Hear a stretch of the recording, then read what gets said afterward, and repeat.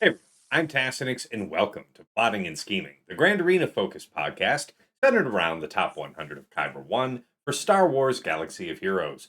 I am joined by most of the regular cast today. We do have TJ, Sasha Aisha, and Fatal.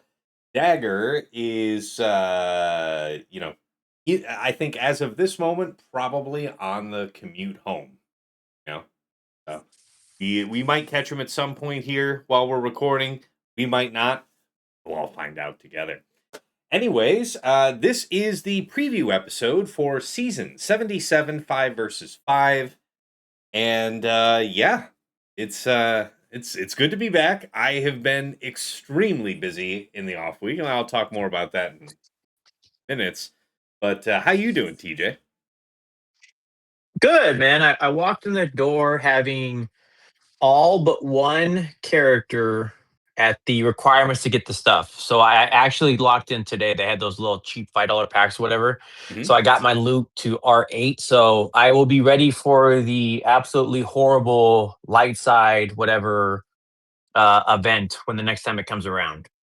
Yeah, I'm actually I took a couple characters up that were not the three that you needed to have Relic 9 for this light side Yeah. era battle.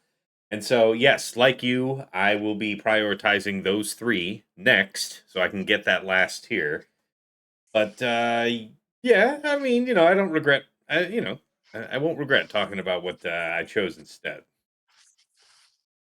No, that's awesome. Yeah, it's been good, dude. Like I said, getting ready for it, having all the new toys, and we're just gonna bum rush the stage with everything. So I'm kind of excited to see what we get to use, which I know we'll naturally progress to because I have some ideas.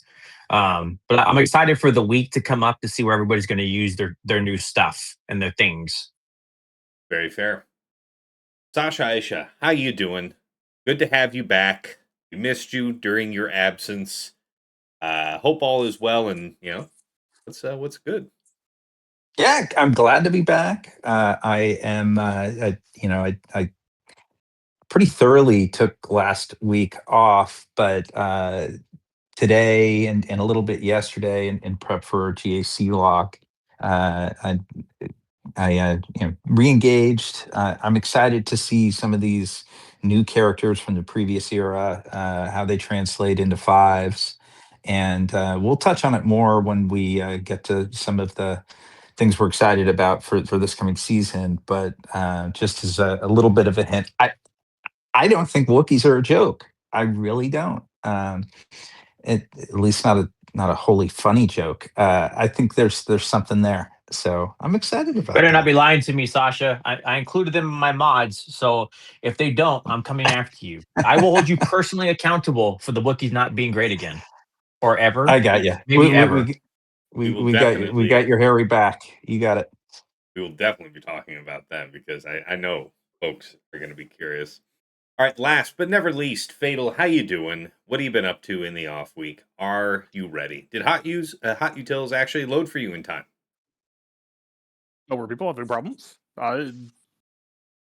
Mine was more or less normal for like the actual process of doing it. It was more so just like a 40 or 45 or 50 character remod that at some point I Mhm. just had to go into triage like, okay, I am no longer theory crafting. I am just carving off stat requirements on units that I care about less now until I can get the thing to finally finish.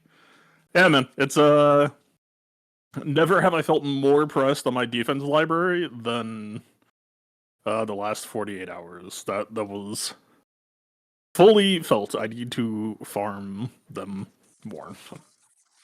Yeah, the pinch has been real. I understand. It's really a three-way pull between defense, which is the greatest of them all, followed by offense, followed strangely by speed.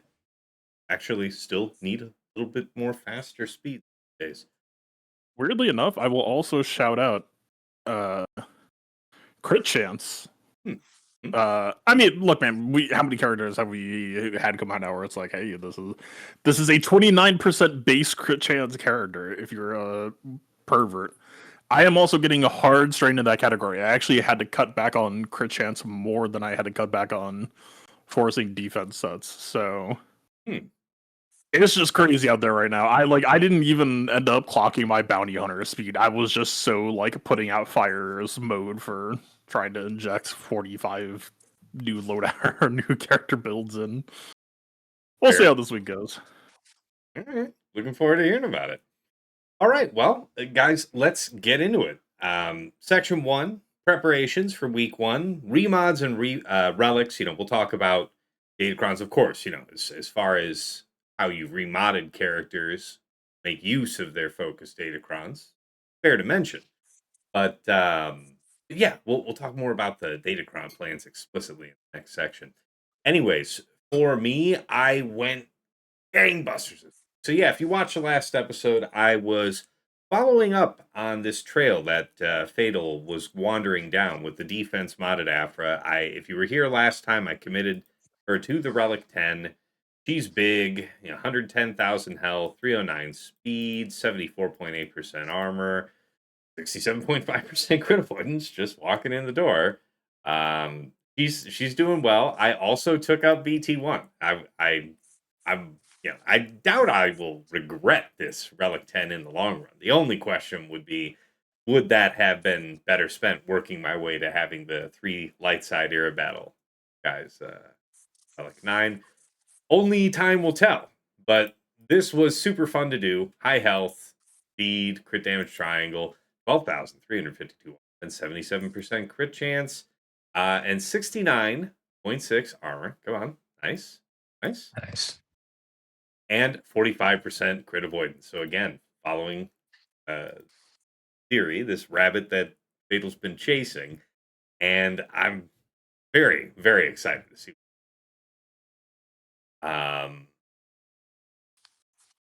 Gosh, who didn't I touch up on? So yeah, I did have him Darth Vader Duel's End modded for offense. Just hearing Dagger mull it over, he convinced me that I should make a run for crit damage. And so I ended up here at 95,000 health, 278 speed, 222% crit damage. Yep. 11.4k offense in the crit damage. 79% crit chance. And remember, he'll be having hatred, so that's your other 25% crit chance. Just a bad lad. It's gonna be fun. I'm gonna like it. Darth Vader got tuned up, so I have a 360 speed Maro, and wouldn't you know it, in 5 versus 5 with the comp I intend to run him with, he's going to have plus 60 speed, which just happens to be 359. That's just going to be a nice 1-2. And then he's, Crush, and then Merciless, and then other people are going to go. I think it's going to be fun. Fennec. We put on more offense, more crit chance, crit damage triangle. Decided to commit her to an actual attacker's build. Isis Mara just got more defense on her. Made her still the weakest, though, in the 5 vs 5 team. 000 now in a health setup, more than a protection setup. Yoda and Chewie, 360 speed, protection setup, just flying and trying not to die. Anybody else mentioning? I think just various other tune-ups. I was just really obsessive this week, wandering character to character, optimizing mods, which would get me to thinking about other characters, and I'd optimize that character, which would mean I'd have to find a new home for their old mods, which means other characters. And yeah, I was busy throughout the week. TJ, what were you working on here? Literally 5 minutes of all the days that you spent. Sounds real good. Makes my time feel way more utilized than what you did. You crazy lived bastard. a lot more life. You were probably out. I was fine. I still went through a rigorous 60 to 90 minutes of checking everything, and then I was good. The one thing I will call out that you didn't, please. I've heard people talk about it, and I really am. I want to know about Luke on the Leia team. Mm-hmm. The numbers scream, and the ability to rehide people feels pretty solid. to me, they work in a well hand in hand. So I want to see what it gets to do when you want to prop them up together. I want to say I've got my Luke at like 375 or something like that. So Wow, he's just crazy. screaming Wow. that to get out there and keep everything hidden. Oh, holy shit. Yeah. Well, it's the idea, right? That I want to tie everything together and let's see what it does. Obviously in threes, it to me they were like a top team that came out of the woodwork, right? They were doing more things than was expected. And I expected to continue, but in fives, I heard a lot of people talk about it. I really would like to see the Jin and Adrag go, and maybe it's just Krex and Luke who are just going to lock you out, and then the team's just going to railroad you. It feels some good things, or hell, Fatal will do something phenomenal with it that I'm not even accounting for, which I will also appreciate and get to watch. But I think those were the big ones I'm trying to focus on. Other than that, I wanted to fine tune. I really wanted to look at my Stranger team. Um, I know Nice. you talked about Visas, and I want it there, but I want the alternative to throw Cal in. I feel like the supercharge of Cal on that team, and I know we're going to go with the DCs, and we'll talk about that. But it's to me, Cal on that team just brings a lot of value.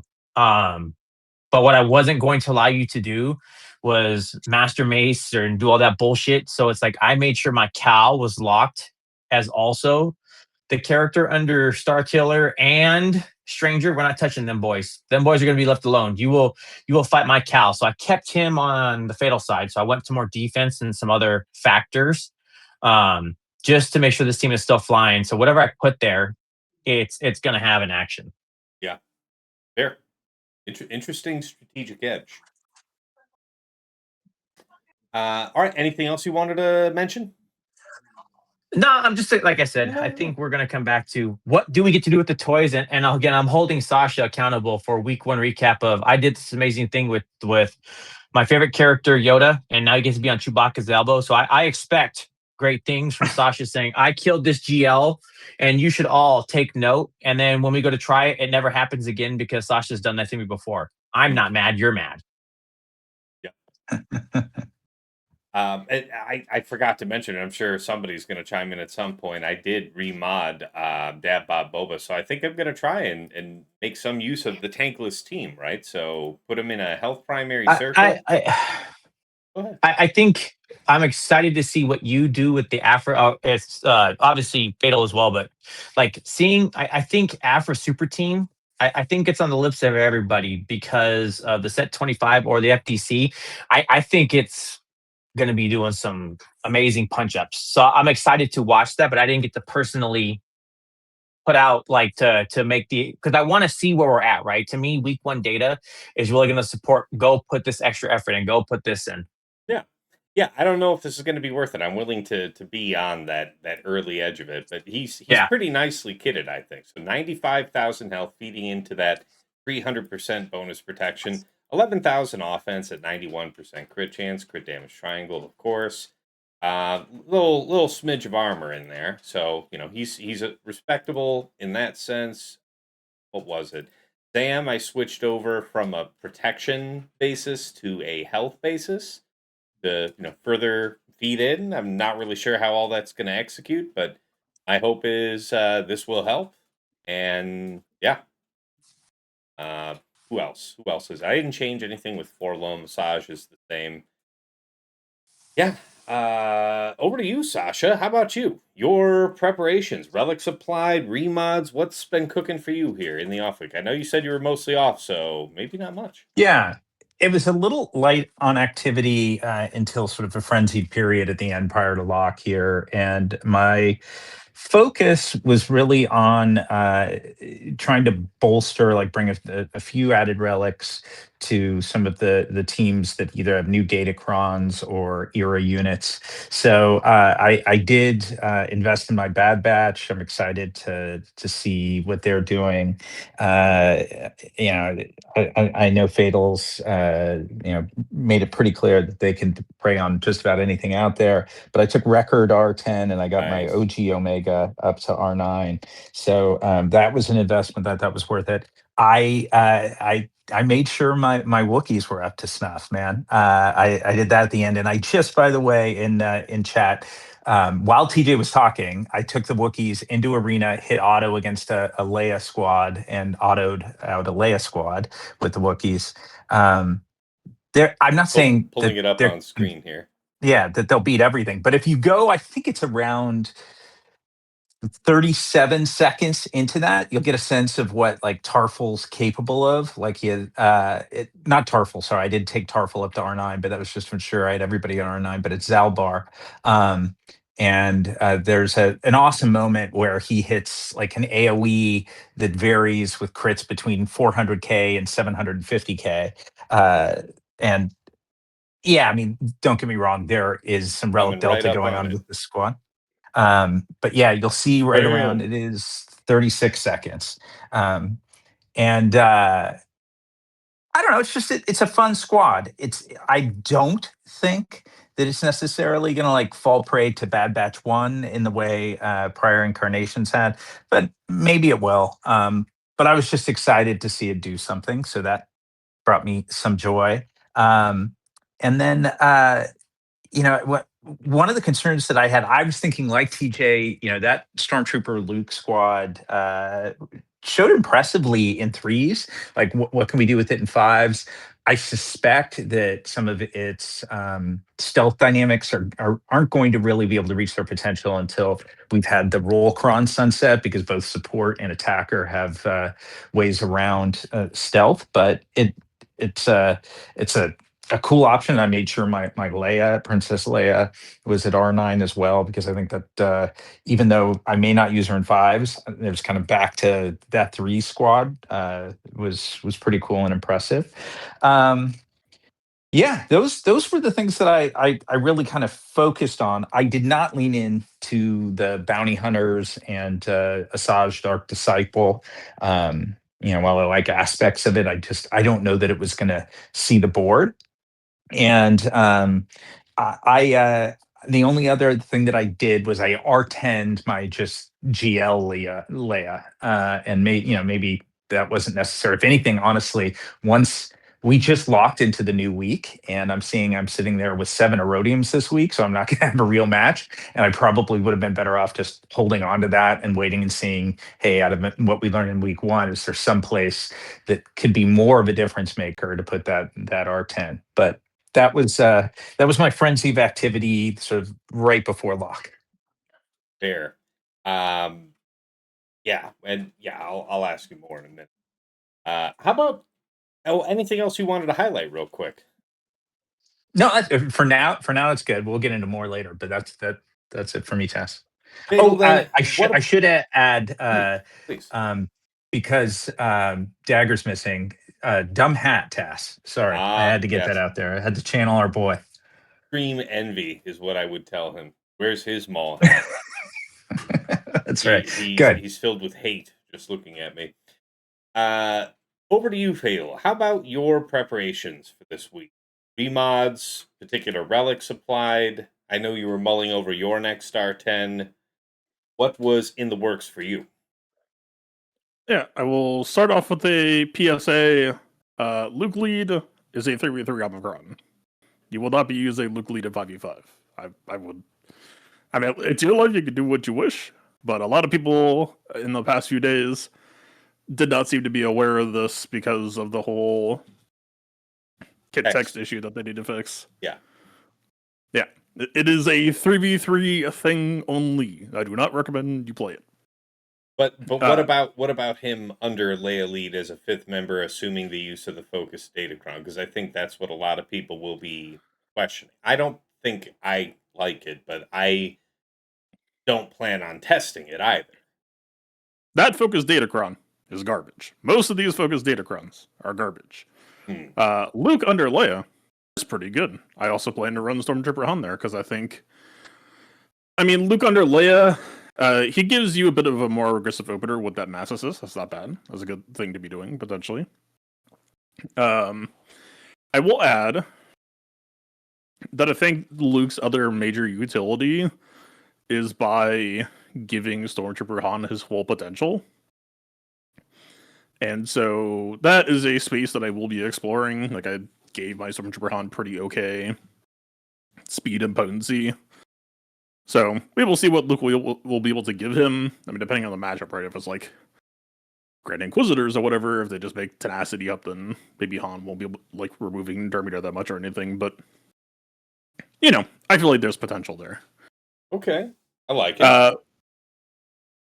With the rest of the squads, yeah, Afra, don't use FDC. Starkiller, don't use the FDC. Wookiees do use the FDC. That's probably like the best out of the bunch. So Bounty your Hunters. plan for Stranger on defense is attacker or Zaris Kron? Neither. I think living is a pretty good thing to do.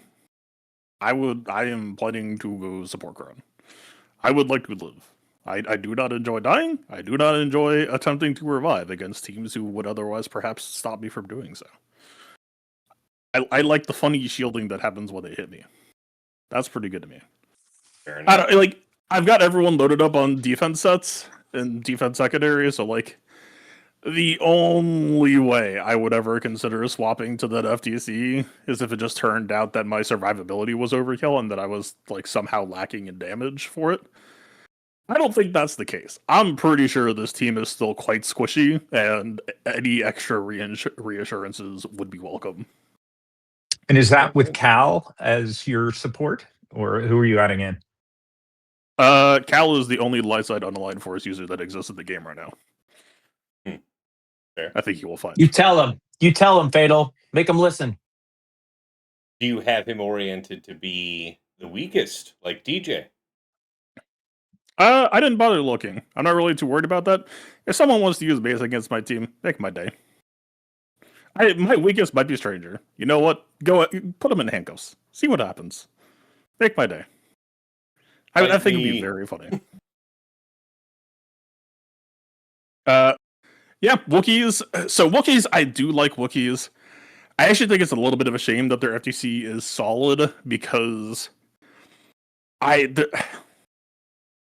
think their toolset isn't bad. I think they actually do have potential. I do think the FTC is going to color the next 3 months for them.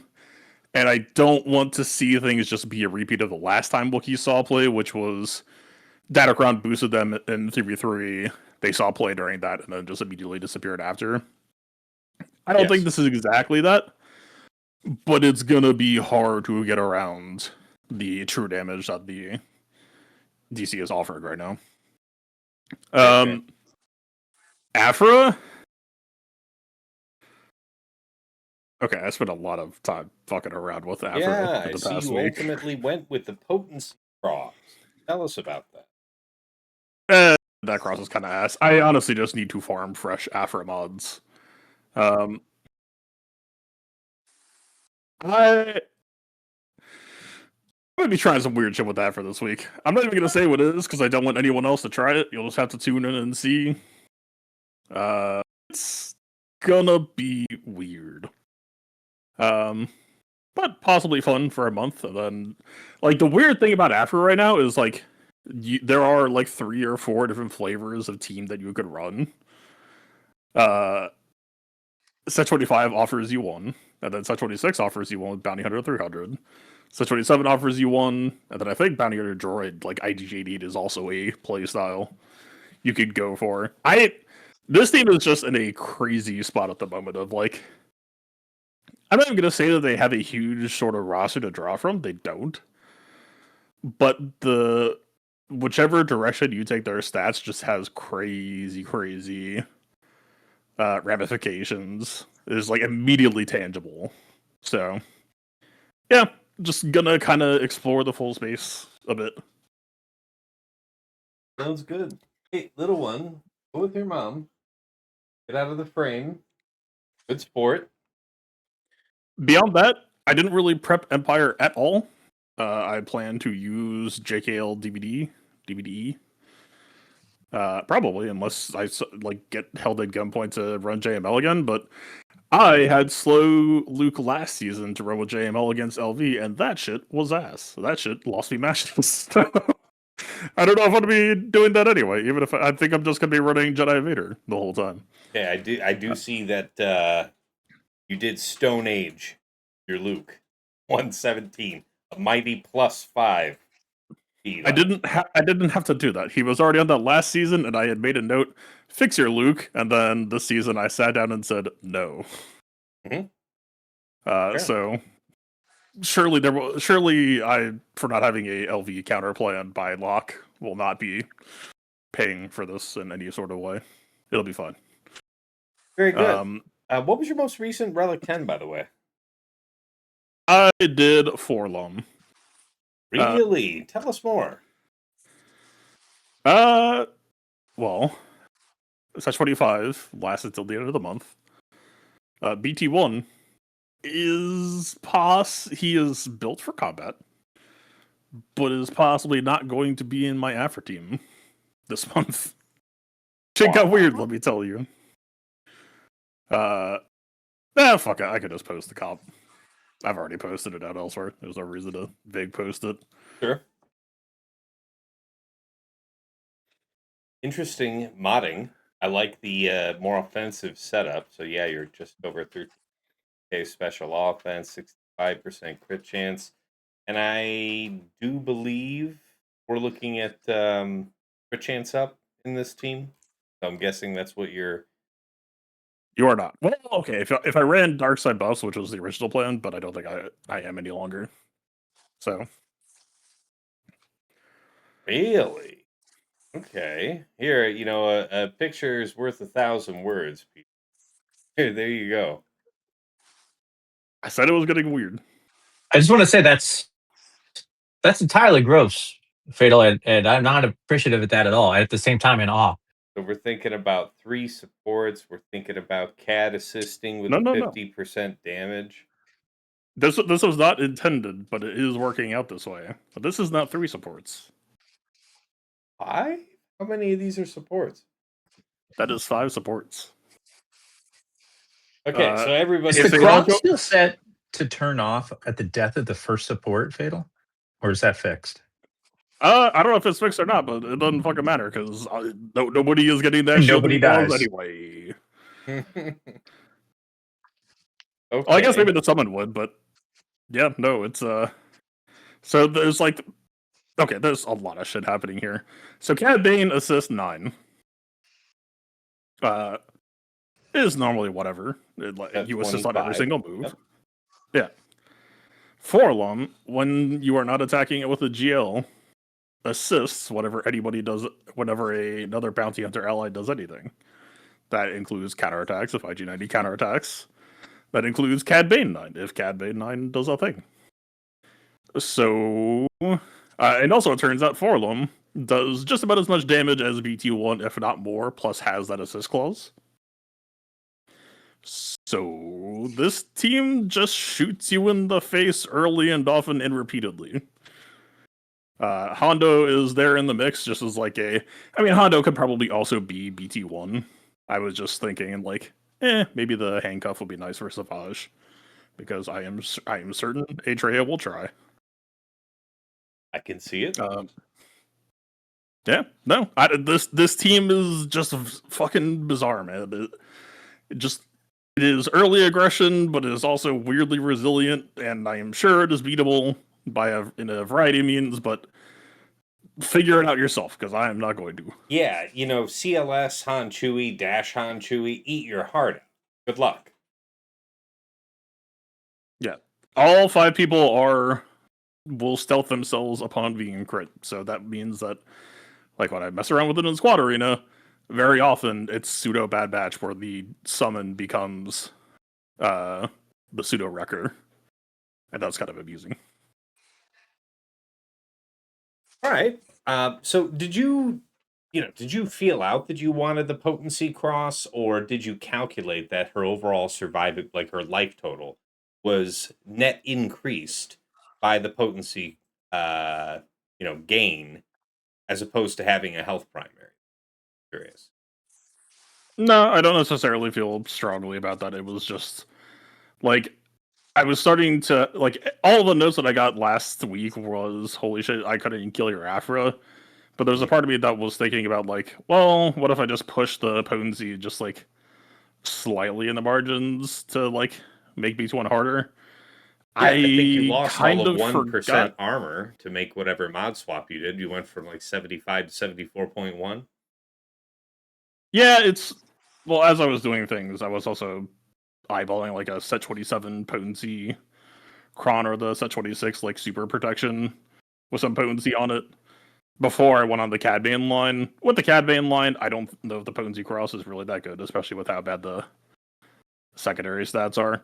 I would probably have preferred it to have gone back, but Yeah, it would only again, be really advantageous if you saw the first you know, use of her second special as being so important to have that potency to land out. Otherwise, you'd be ramping your potency and not really have to worry after the first time, right? yeah, it's just a push pull between her own survivability versus team, and I was very much lost in the sauce, just like trying to ratio everything, and yeah, Mm-hmm. I don't love that cross. I might like if I could just farm like a perfect dedicated cross that has potency primary with like defense and health secondary. I'll never Sure. say never to that, but that's really just at the mercy of whatever I can farm. Yeah, I mean the appeal of her pretty easily being at 100% plus potency with just the cross is very nice. So that is why I ask. The other Nice. thing I will mention is Mhm. I kind of view it as a function of complementing the Quran. Like you very quickly you have to know what Quran you want to run with this team to know how you want to clock off of it. Being on set 25, meaning that it's pure health, well, I guess I could have been potency, but being on pure health meant that the health cross was less impact than potency cross. Maybe I don't know. Squad's complicated, okay? Like now that there's so much more meaning given to a lot of stats, it's weird out here. Yeah, I think that's an interesting thing to consider. I'll check my secondaries later and see if I have a good rebalance there. Good discussion point. Anything else you wanted to highlight? No, man, I will be eagerly watching how yours does as well as mine does, because like I'm not even necessarily doing this because I think this is better. I think this is just weirder, and weird might out weird some people. I just want to see what it costs. Like I think we talked about this a little bit last time in the sense that um last time we had an Afra Datacron, I want to say a pretty frequent meta solve to that was just to throw JMK at it. It was at a time where JMK wasn't particularly stressed and not needed so much anywhere at all, and wasn't particularly effective on defense. So I remember a lot of that, and folks want to do. I feel like we're in a better spot to punish that these days. So I don't know. We'll see. What I am sure Okay. of though is you're not going to just brap through my Afra immediately. Yeah, she is doing a lot better for herself. The matchup I'm probably most worried about personally, which is why Hondo is here and stuff like that, is going to be the Treyan. It feels like we Yeah. will see, whether you can spread Treya thin or otherwise. But if she is going to be there, which I inevitably assume she will be, it would be nice to have some reassurances because the more we commit to defense and health instead of damage, the better Treya becomes against us as well. That being a little bit less honest in that matchup against her might help. Yeah, I mean, I really appreciate the Hondo in here, and CAD makes a lot of sense. I feel like let me check your beat one because I did my best to keep a solid basis of damage while raising the offense just as much as I possibly could. And let's see what you landed at I think I ended up in a similar 95,002. hedge. You landed at a great spot, 95,282, 9.6K in a crit damage set though. So he's got the 222, 87.7% crit chance, which is fine. Yeah, That's the R10 will help him a lot, which I think I'm doing next. sure. I, I can in see my it. in my in my mind, it was BT1 is front and centerpiece in 3v3, so Hmm. I'll do Forlum first for this season, and then BT1 next as the end of this season going into 3v3. made the most sense to me. Fair. All right. Yeah, that is a pretty nice setup. I like it. All right, let's go ahead, guys, and move into the next section. So, Datacrons. I'm assuming no huge plans with set 25 aside from. Well, maybe I'm speaking too soon because we have the area units that we didn't have last time. I see Dagger just popped in with us. Dagger, we just popped into the section talking about our plans for Datacrons. However, it's not too late. Did you want to give us a second about any major remods that you wanted to highlight? Any special relics that you were excited to apply and have ready for this week? Oh, hi guys. Hopefully my audio is okay. I'm driving home from work, and It that's isn't about the how long best, you'll but have me. you're intelligible. We'll make it work, man. Okay. Yeah, you got me during rush hour. Woohoo. No, I did remod the a lot of the area units from last year or year era. God, I am just like technically it was last year. Yeah, okay. I don't feel stupid. But yeah, that's about it. Got put particular care into Darth Vader and why am I blanking on the other idiot? The Wookiee. Yeah, you mean the Yoda and Chewie. Choda. Yep. Yeah, I'm not calling him that. I can't. I'm not saying Chewbacca Yoda, so it gets Choda.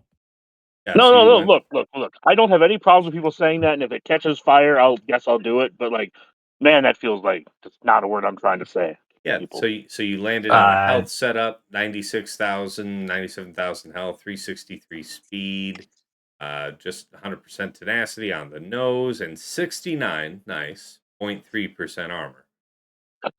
Yeah, I So, just wanted to gun his speed because if I were to use this team anywhere, it's gonna require him being like extra fast. yeah, now you can't view this because you're driving, but when you get home, you'll see in our chat that Sasha just, for giggles, just ran something in Squad Arena that you might be interested to see. Something real casual like Tarful on Auto versus Leia, and they do all right. Yeah. Like a lot of these area units with the Rollcrons and their FDCs have looked reasonably good in Arena. I haven't used Tarful yet in Arena, but Afra looks good in Arena. Darth Vader with his FDC looks good in Arena. I got to just like shit stain an Ahsoka team, which was fun. Nice. But yeah, that's about all the remods I did. Okay, any Although Relic I 10s? Sorry? I did want to ask this question to the group, which is one of the reasons I actually wanted to join. What are your guys' thoughts on defense modded Maul Hatefield? Yeah. So yeah, from a strategic point of view, this is what I was talking about with Dagger the other day. Was I guess the biggest benefit of it. So my understanding is when he's at the third stage of Descent into Madness, he's effectively at defense cap. If that is the case, then the benefit for defense mods would be to delay how long it takes him to get to Descent 3. Does anybody know to what extent I might be correct or incorrect about that? No, I mean that's true. It's just even if you're running Barris Cal, then we're not really trying to cede too much ground in my mind. Sure. Okay. And that's assuming no defense mitigating either debuffs or status effects like armor shred or defense down. Sure. Yeah. All else being equal. Yeah.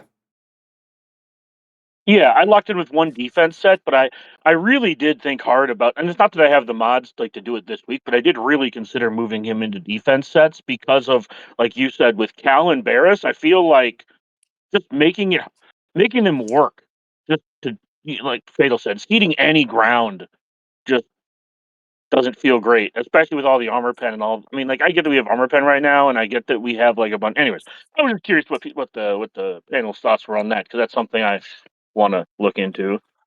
Just to be clear, armor pen does not counter defense. Oh, okay. If your name is Bad Batch 2,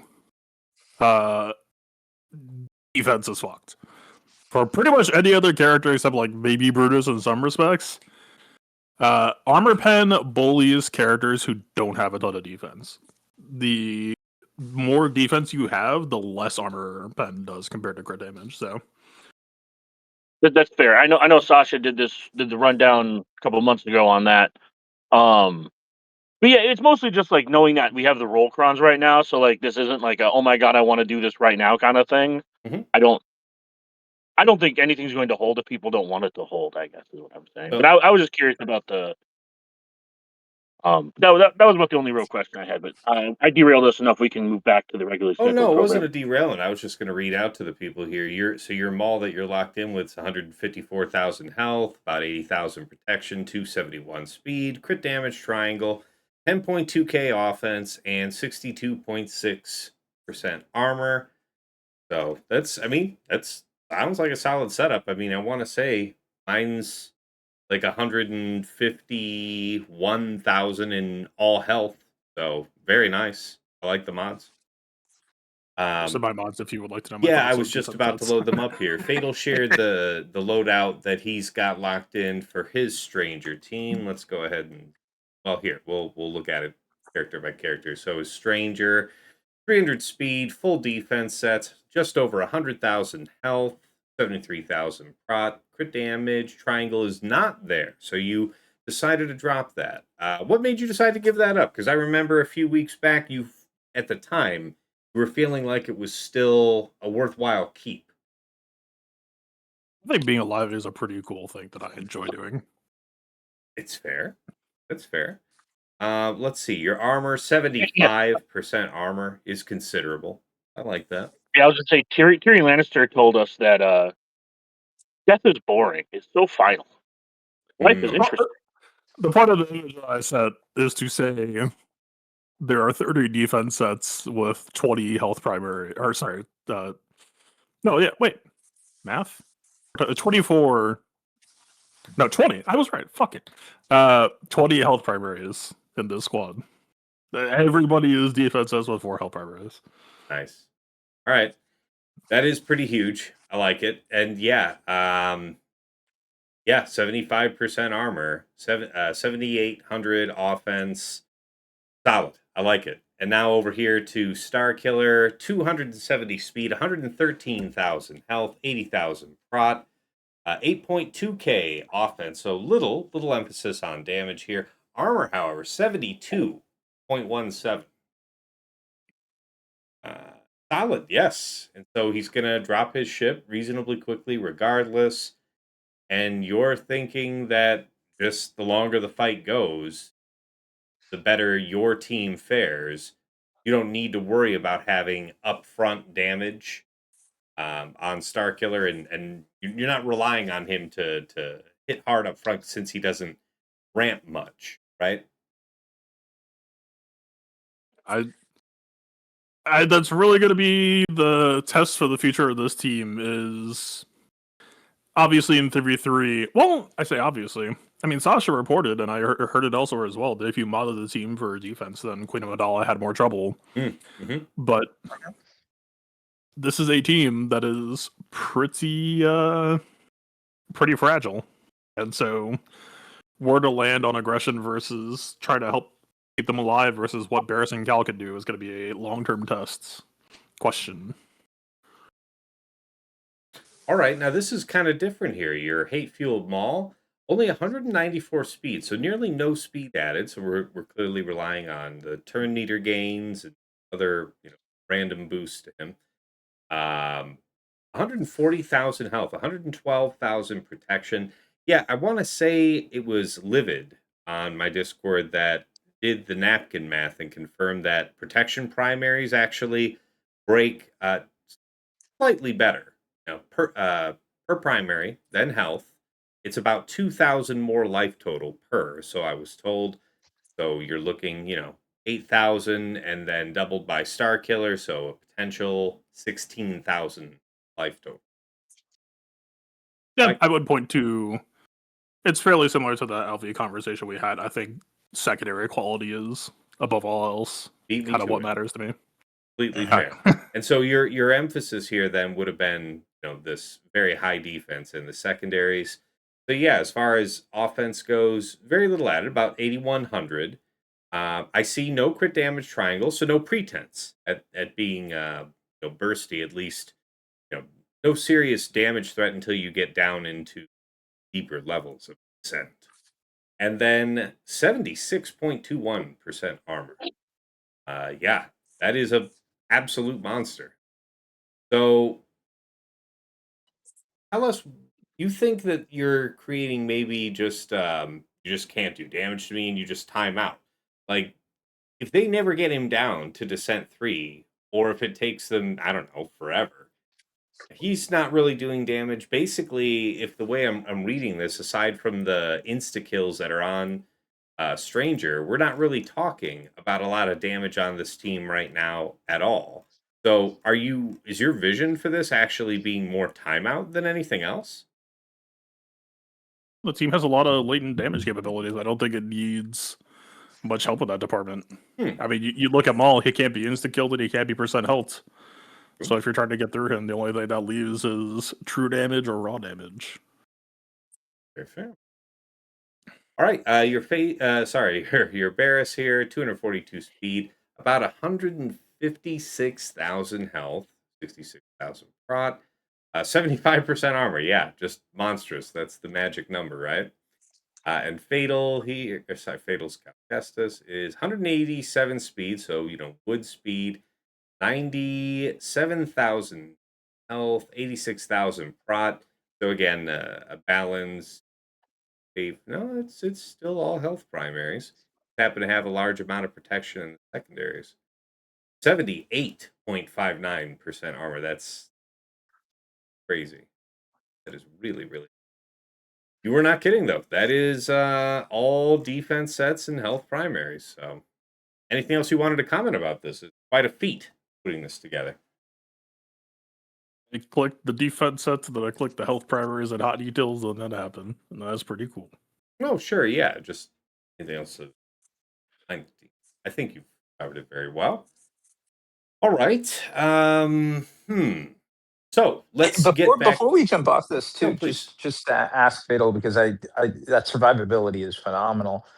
Who are you expecting to be sort of assuming you're setting it on defense, the prime predators that you're staving off here?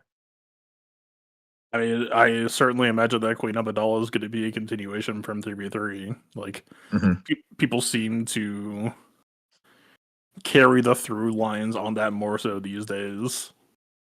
Yeah, we'll see on the rest, but I would much rather have it than not. This is my neutral default positioning, and then I will wait to see what the fans love, and then I will do my best to ruin their fun. Very good. Okay. Yeah, I have to imagine, like, just kind of anecdotally looking at like that. I would not take a Queen Amidala squad against a team that was modded like that. Like it just feels like way too robust for Queen Amidala. Maybe I'm wrong, but it feels like you've really nailed that. And I'll be curious to see if, I mean, I don't know if we'll even find out. Hopefully your opponents share the info, but like what else they turn to, and like LV is the big one that I'm curious about. I would probably read like these indirect signs first about like you see multiple holds, and or you see a hold at least, and it's nothing but Maul left. Wouldn't surprise me, and I'd be really curious to see if that's going to be how it plays out.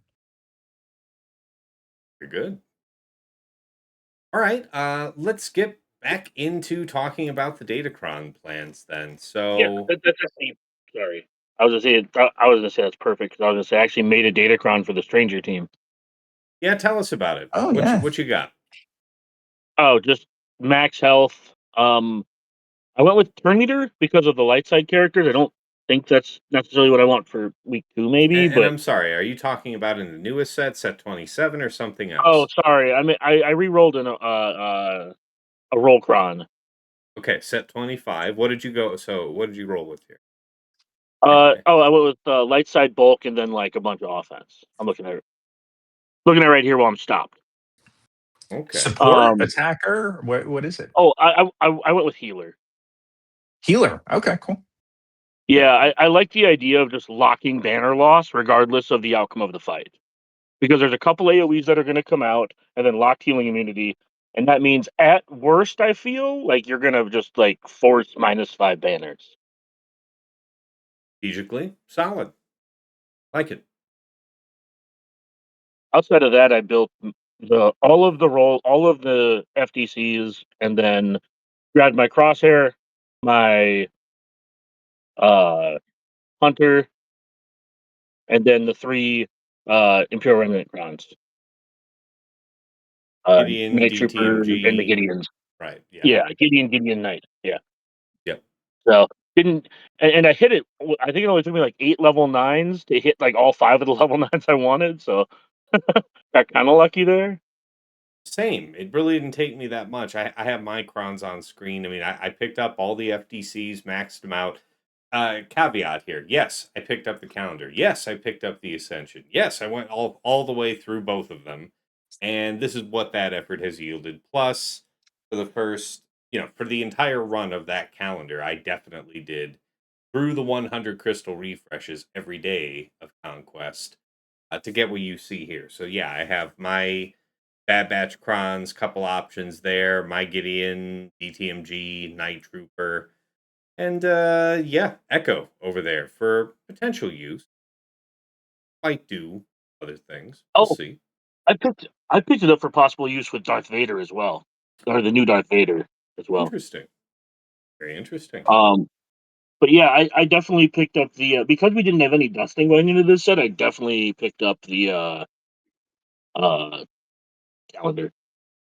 Care to share with the class why you're thinking about potentially that Echo with Darth Vader? I think there are some teams that start with tenacity up. He's really good at stopping tenacity up. Fair. And I made him 1 speed faster than my Mara Jade. Maybe he's 2 speed faster. Anyways, I went out of my way to make sure he was just a little bit faster than my MJ. So he could rip, so I could do the shock move to speed up Palpatine. Very interesting. See how that goes for you. So this is an offense only concept that you're thinking. Yeah, I only did that. I only once I rolled to level 9, I remodded the Echo, and it's only because if you remember back in the day when we had the Darth Vader level 9, this was during the dreaded Dodgecron era, I think. There was a version of this team where you would use Echo to beat JMK. And I started thinking about other teams. It's like, how do you make sure that you remove tenacity up? And it's you only really have a couple of reliable ways, only one that goes first. So it's not even that I have real plans for it. It was just hey, I remember this was a thing like a while back, and this doesn't cost me anything to move mods, so let's do it. Makes sense to me. Anything else you wanted to mention there? Because I guess I was otherwise gonna ask just thoughts about the applications of these FDCs, but did you have anything else you wanted to hit on real? Because I know your time's more limited here with us. No, nothing else I wanted to hit on Okay. with the crons that I built. They're all pretty self-explanatory Okay. So outside of the Echo. quick survey of the room. People are definitely going to want to know this from us as far as application of focus datacrons on offense or defense. So it sounds like, I was thinking I might give it a go with the Hatefield Mall focus datacron and see if the effects of at least most of the ability related characters in full effect. We'll see if that made a difference. But it sounds like the room's thinking to trash can that and just run with a set 25 while it's still in season. So otherwise, I would assume it would be on defense, but it sounds like it might be getting binned. How about the Darth Vader focus data I cron? don't. Is this an offense only team, or are we talking defense? Oh, My opinion is offense, and that's because I think AI is dumb. fair, fair. Well, it only really But I gives think you value. To me, that Datacron just boils down to the bonus turn on what is it, assist or attack out of turn specifically? Either way, attack out of Yeah, turn it's to work attack on out of turn. retribution. So it works on retribution. Yeah. I would maybe be concerned that an opponent could just see that and deny its value, which otherwise the value is, I would imagine, going to be quite large that I maybe wouldn't want to miss out on. So I kind of associate it with offense. Not to say that you couldn't, but I guess if you're going to do it on defense, you would want to position it well against a would-be counter that is, I don't know if, like, I think it's vaguely plug and play, right? Maybe you could, like, put it on a team to try to stop another team that would normally counter there or something. Who knows? But yeah, but your vision is not immediately for a defensive application. Very fair. How about I'm sorry, TJ. I'm kind of moving a little quickly there through that section. I don't keep you guys here till 2 a.m. But what, anything from TJ or Sasha about the Darth Vader cron? Plans about defense or offense?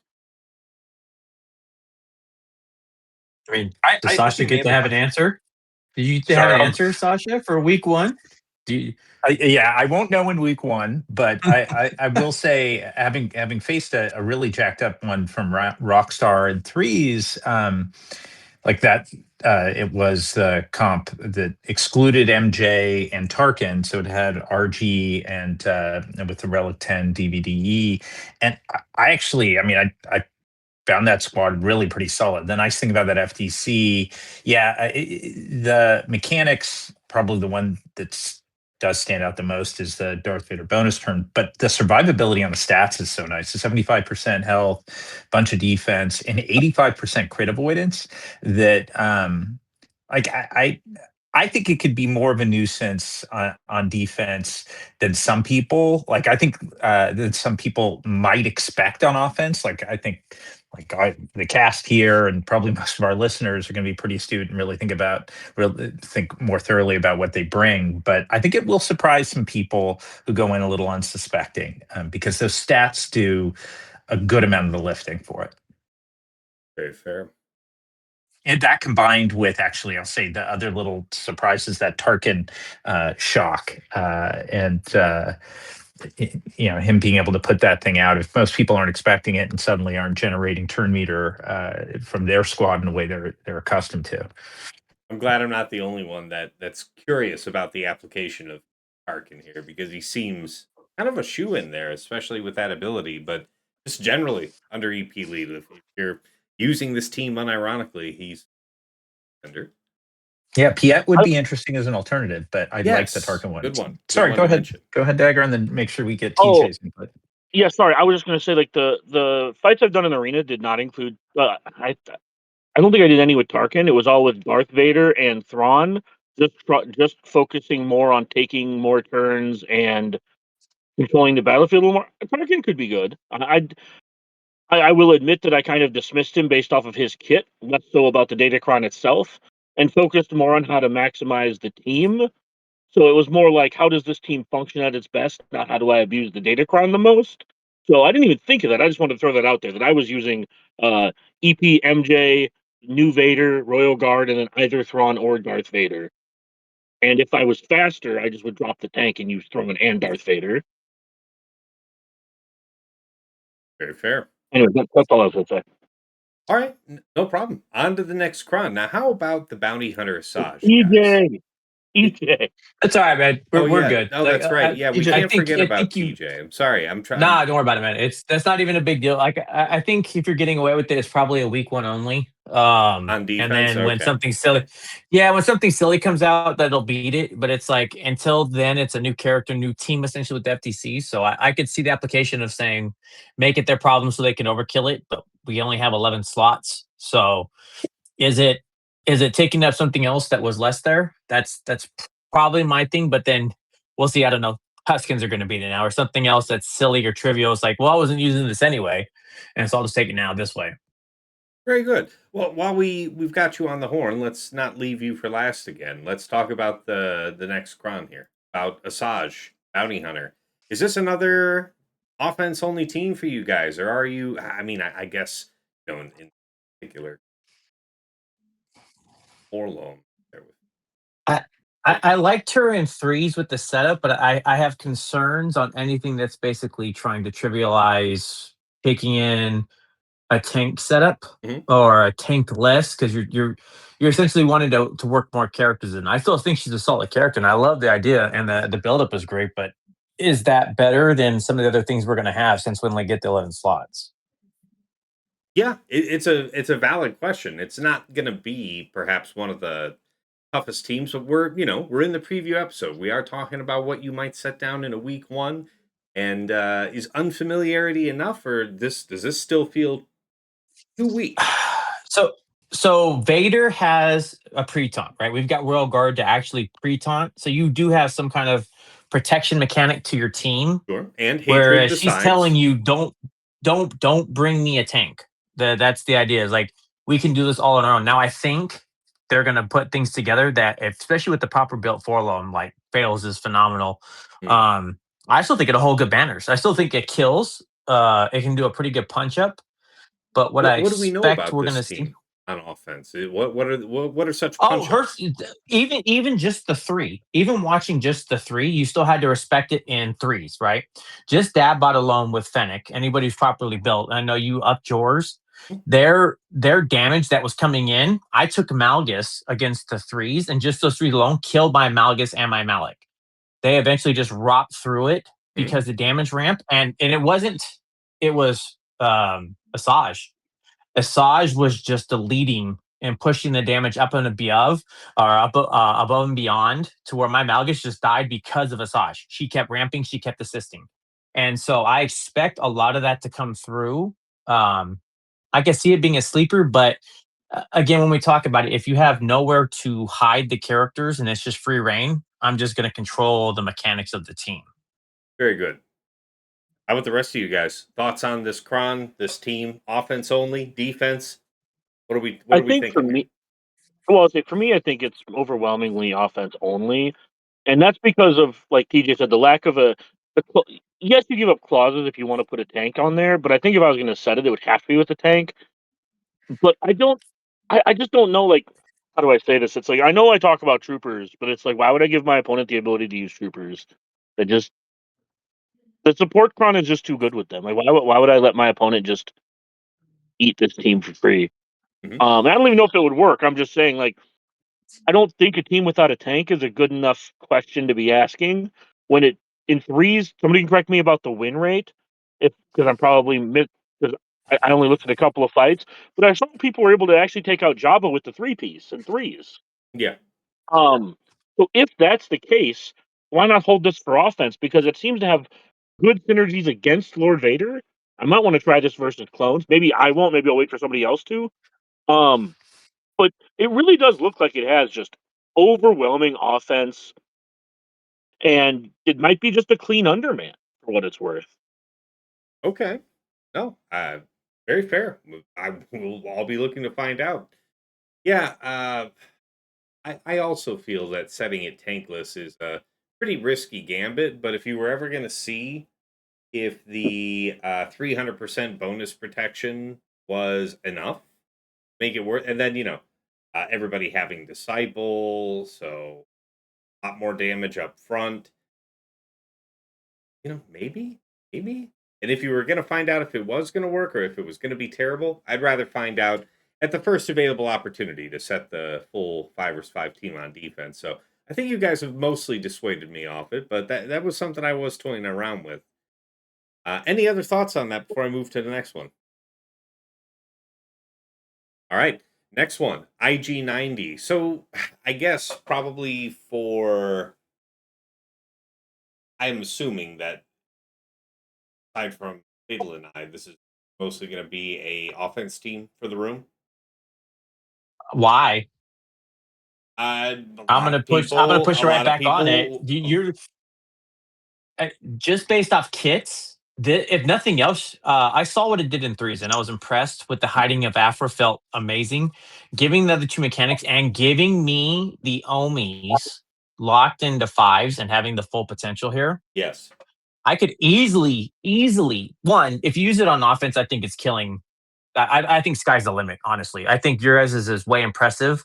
As an average Joe modder, I still feel like kits and everything else. It's got potency. It's got offense. I'm looking at your just the 7 and 8, right? It's like, oh, here's some delicious additives. They don't need the other pieces of it. Support is cool, but I like the DC. I feel like it has a lot of merit to do whatever you want it to do. And adding OG Hondo on that team has always been such a fun little niche setup. The only reason I say niche is because he's not truly dark side. He's not truly anything, but he gets to allow you to call in your droid. That feels cool. And a lockout mechanic added in with so many scoundrels there. This to me, that could easily be one of the 11 because you have to respect what the team's going to do. And this has a lot of good things going on for it. Okay. Yeah, I expect to set. Yeah, I also expect to set this week 1 most of the time. Right. I'm not, but not necessarily for the reasons you guys are, because I feel like you and Fatal built your team to like be set on defense. Um, I feel like I want to make this someone else's problem because I Right. feel like whatever I was going to do with this on offense, it was going to win anyways. So I want to try this on defense because I want to know for sure, because I personally suspect that things like EKM are just going to rip through this team pretty cleanly still. And if that's the case, I want to know I want to know week 1. And if it's not the case, I like forcing something better than BKM because I feel like last 5v5, BKM was my, what's your last team? I'll just BKM it. Hmm.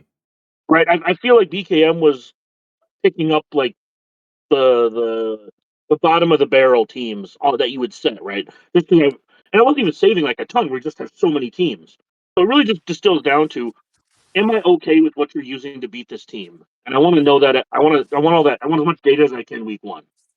Oh, appreciate it. Sasha? Yeah, it's interesting. I look at it with instead of BKM in mind, with Gungans in mind, and I was really tempted to go R10 with Afra, and in fact, she's probably the my leading candidate for the next R10 right now, and it was with the hope that that IG90 and her would just make for like enough of a challenge for Gungans to get through, even with Attackacron. And I think in the absence of Attackacron, this is going to be a real challenge for Gungans. So, good point from Dagger. The BKM is another predator there, but like I think this is viable on D. I think if nothing Awesome. else, it tends to have some mechanics that make a mess out of whoever's attacking, and in a real efficiency match. Like I've been in the situation where I've tried to really think hard about the 11Ds I'm setting. I'm like, oh, Afra falls just under the threshold of something else. And then I go against somebody else who set their Afra, and then I look more deeply and I'm like, how do I get that cleanly? Like it is a pain in the behind unless you have Gungans, or like Dagger said, BKM. So I like its shot to get like a surprising amount of holds and banner loss, certainly in week 1. That's Very good. really quick. That's another thing that I didn't really think of because I didn't really think of this version of Afra threatening my Gungans. And maybe that's just because I haven't fought super strong Afras. Like in 3s, I don't like it. In 5s, I feel like, and maybe the roll crons will insulate my opinion a bit. You know what I mean? As opposed to like what you're saying, Mhm. Sasha. But yeah, I didn't even think of that. I thought Gungans. I just assumed Gungans were like an auto win versus this, and maybe that's not true. Maybe I'm just. But yeah, I was hoping like to make the Balin Afra harder because if it makes Gungans harder too, then that's even more of a reason to do it. But yeah, I viewed that as more of a dunk, and I might, like I said, I might just be looking at it through like roll cron glasses, if you will. Very good. All right. Fatal, did you have anything else you wanted to throw in there? I know we've talked kind of ad nauseum about plans around Afra, but still.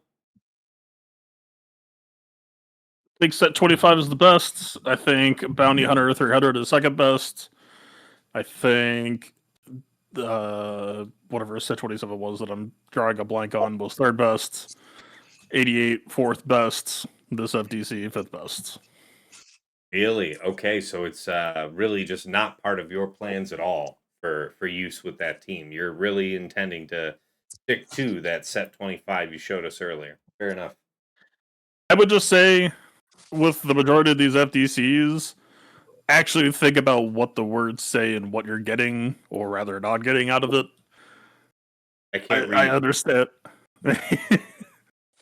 I understand that it has 3 of their names on it, but I mean, hey, IG-90 damage reflect. Maybe that could be some banner attacks or something. Like that might not be horrible, but there's some real damn good words out there right now. Fair. Well, while we've got you here answering that last one, we'll springboard off here about the Inquisitors. What do you have planned for this one? Is this defense? Is this offense? Is this just a no-show for you on the 5-5 board? This is a no-show for me. Okay.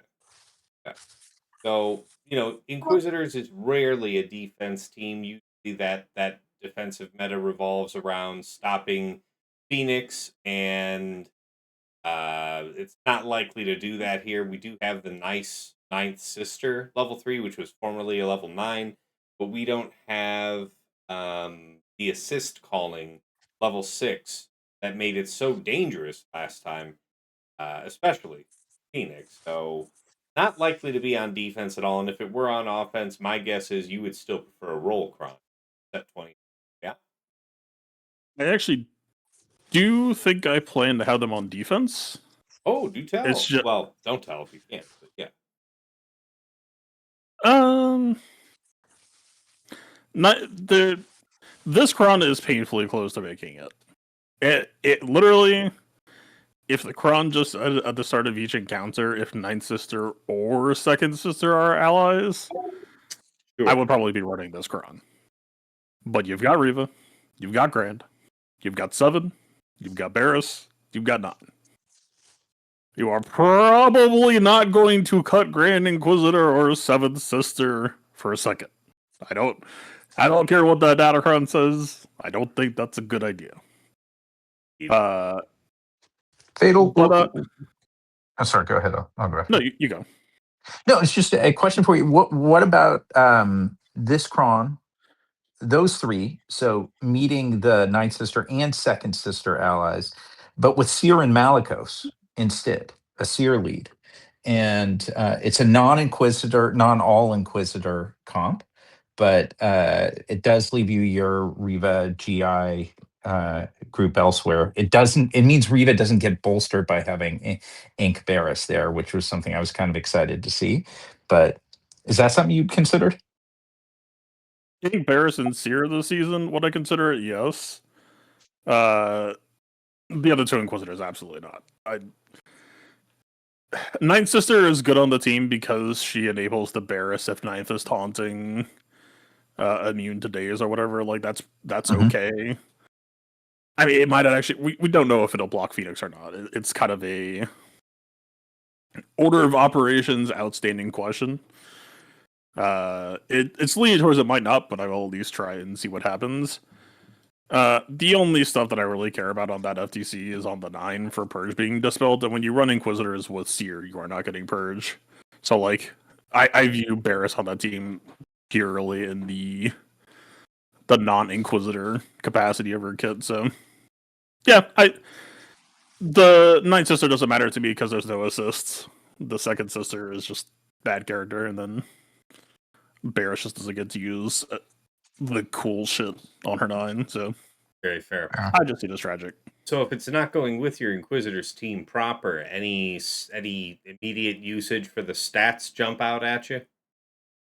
I didn't build it. Oh, well. I'm sure my guild is probably going to make me do it before I have Conquest, but...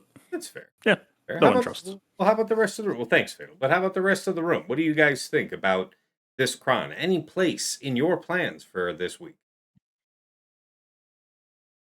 I could see myself using it for the level 3 if I thought my Riva team needed, like, the true damage from Ninth Sister's basic, if that makes sense. Otherwise, I couldn't see myself using the cron.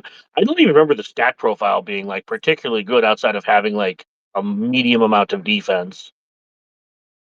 Fair. Yeah. Yeah, 80%. Just to rattle this off to you, since you're still driving, it is 85% tenacity, 80% defense, 70% armor penetration, and 50% crit damage. Yeah, nothing really moving the needle for me there. It is a pretty mediocre spread, but nice to note that defense is still rare for us as a Datacron stat. So surely there will be some use that pops up for that. No, we'll set 25s around. I don't think I'm going to use this. We'll set 25s around. All right, sure. Anybody else? TJ, Sasha, thoughts about this one? No, nothing else. Nothing. Just bupkis. How about you, TJ? I kind of like Sasha's call. I was thinking about it's like I could see just applying Inquisitor Barris with ninth on the Seer team and it going to work.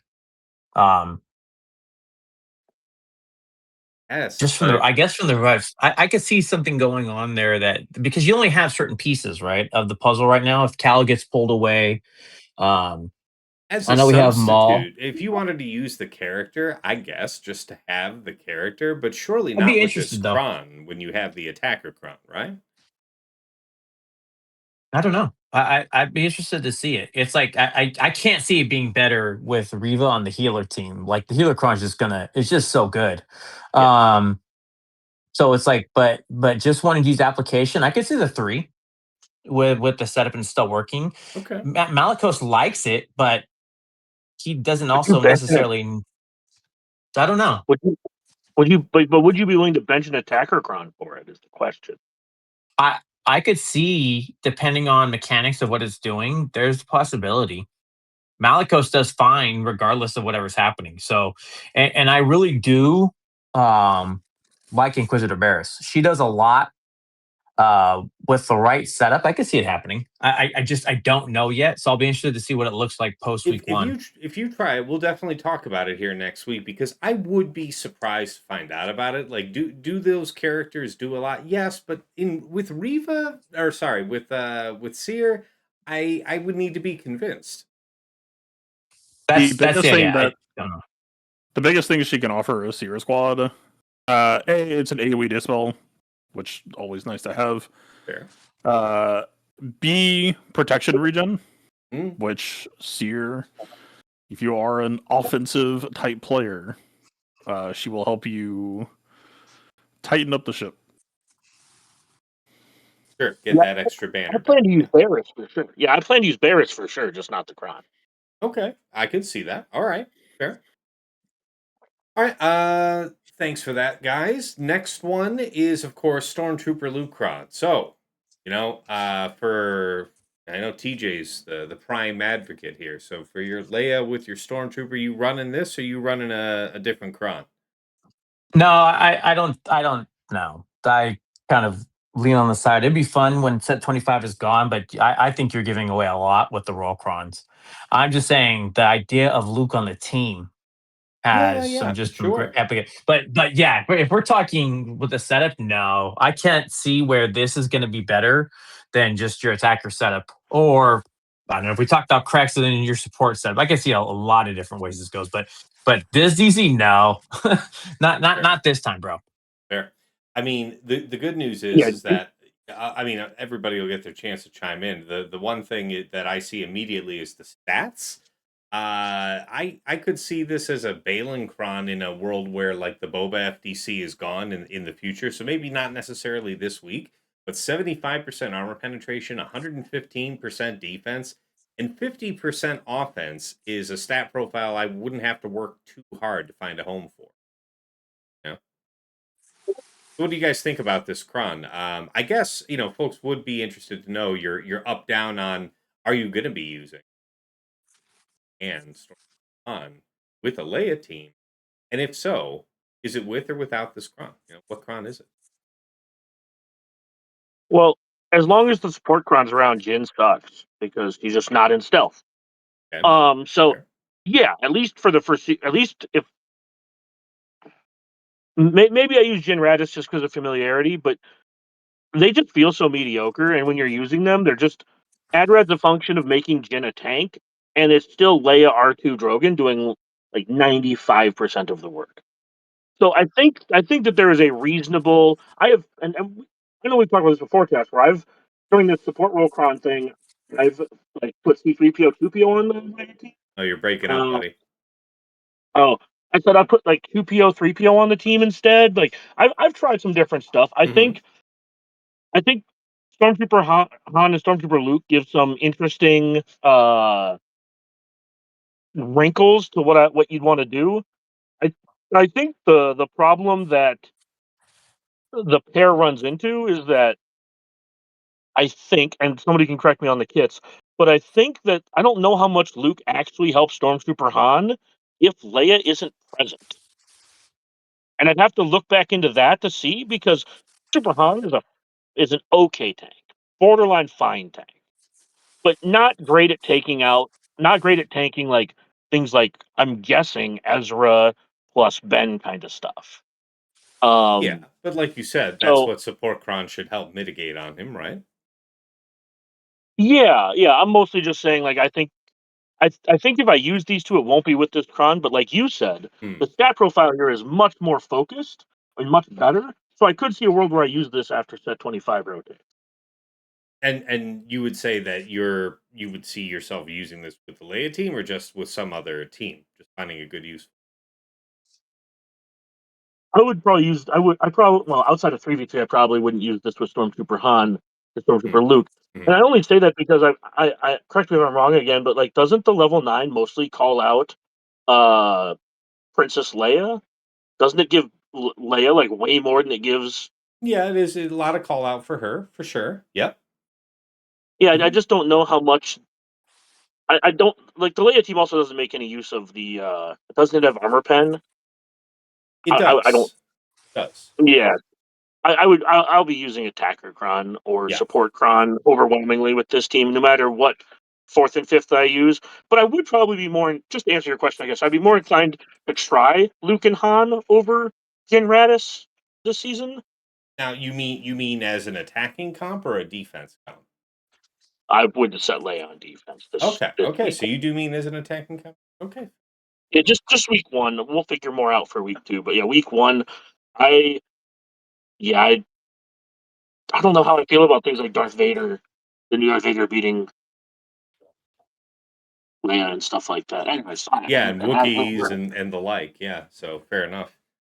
All right. yeah, Well, I appreciate that, Dagger. How about the rest of you guys? What do you think? Luke, Stormtrooper Han, yay nay, and then this Kron, yay nay. I don't see it for fives, unfortunately. Neither the So pair nor the Kron. that's right. Okay, fair enough. You're gonna stick with the old faithful, Jin Rad, yeah? I think I on offense, Yeah. yes.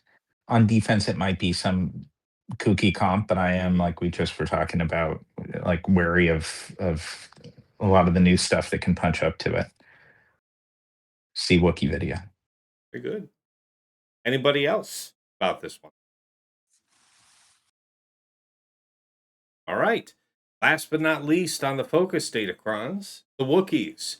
So, who dares say that they're putting this on defense? And how much did you buff up your Clone Wars Chewbacca? By the way, for all of those of you who laughed when they offered the $5 Relic 9 pack for Clone Wars Chewbacca, surely the character will never be useful. All of you said. I was one of you, by the way. And here we are. Clone Wars Chewbacca, his time has come. For the next 3 months, his role in this team in fives is pretty serious. While Clone Wars Chewbacca has taunt, all Wookiee allies deal true damage. While Clone Wars Chewbacca has defense up, all Wookiee allies have plus 100% counter chance. And whenever Clone Wars Chewbacca loses taunt, he gains prod up 15% stacking for 2 turns and reduces the cooldown of all Wookiee allies by 1. So, what are we thinking here, guys? Surely, if you're using Tarful anywhere, I think it's going to be with this Kron. Going to tell me I'm wrong, I guess. And then, is this on defense? Is this on offense? I mean, Sasha showed us that this is curb stomping the likes of Galactic Legend Leia in Grand Arena. So we're not even talking about Grand Arena Omicrons being active here for Yoda and Chewie, Zalbar. No, I think that's it. But what are we thinking, guys?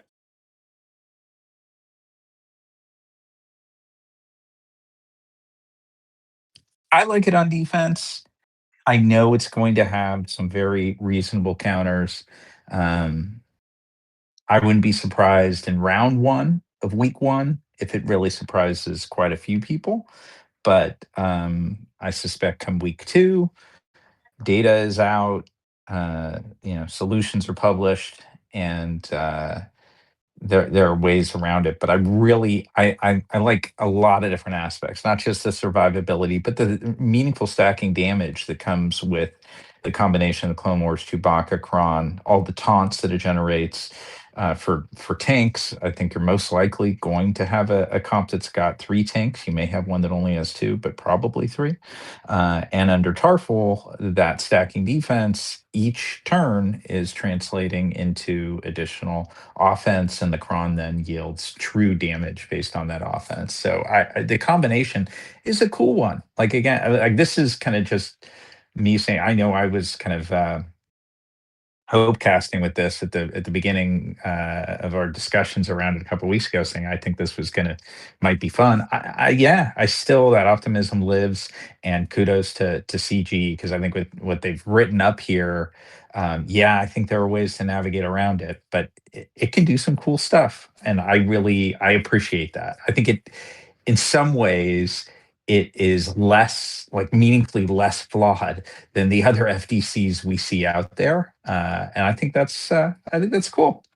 It, Yeah. particularly if it livens up a faction that, let's face it, it's been sitting on the bench for a while. Sure. Yeah. I mean, like Fatal said earlier here in the show, we won't know. This character's just live here with its focus data cron currently here for Grand Arena, and it'll be some time before we'll see what it's gonna look like long term when this cron is gone. But you'd hope that it would, with the right abilities available on the given cron of the time, would still have a place, because I do think it's been too long. Tarful's been a part of us, and it's hard for a team to find a spot on the 5 vs 5 board. Still, great stat profile on this crown, by the way. 105% health, 70% crit avoidance, 65% defense on a team that's converting defense into damage. Very nice. What about the rest of the room? What are you guys thinking? What are you cooking up for Wookiee and this crown? Zalbor's gonna love it. That's the one I'm the biggest thing of. Zalbor's been just a rock star. 3s, 5s, it doesn't matter. So it's him finding a good place here. I think Fatal said it. I think we all agree with it too. I can't wait to see what this gets to do. I would love to see it be a defensive staple. I don't know, but if anytime you're going to do it, I think Sasha's right to make it their problem. When they had one, it was doing good things. And I think it can do it again, especially if you got it amped up. I think that the Datacron is doing some of the most lifting of the other focused Datacrons.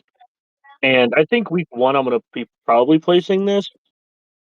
Now, I know it does some stuff in Arena. It's one of those things where when JMK first came out, even with Cat, it was beaten, but being beat, like, there were people beating it with, like, Bad Batch and stuff. All I'm saying is I'm hopefully optimistic that this team will be good. And I should say good past this cron. I think the team's going to be good as long as this cron exists. But yeah, I don't know what the ceiling for the team is. I know the floor is probably like close to you. Not like the bottom team you're setting, right? But the floor is like close to like B team, if not like B team, if that makes sense. Like it's kind of up there with the cron. I don't know. It's a tough team to kind of wrap my head around because, like Sasha said, it's mechanically speaking, the team is pretty exploitable if you set it on defense.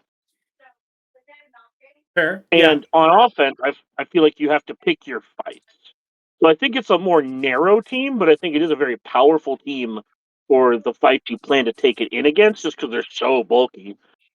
But I think I'm only going to set it initially until a couple, like OG Bad Batch. If OG Bad Batch still beats this, like, I'm out. You know what I mean? I'm just out on it. Yeah. Makes sense. I do think that OG Bad Batch and Silos will still beat this. I don't think that FTC and I don't think Yoda and Chewie do anything to change those matchups. I think it's an offense team. Okay. There it is. All right.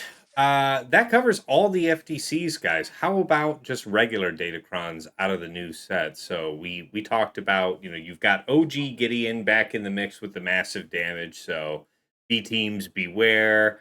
I guess I remember Jabba the Hutt being contested, but under some conditions, I remember that not being entirely reliable. Nevertheless, that makes its return.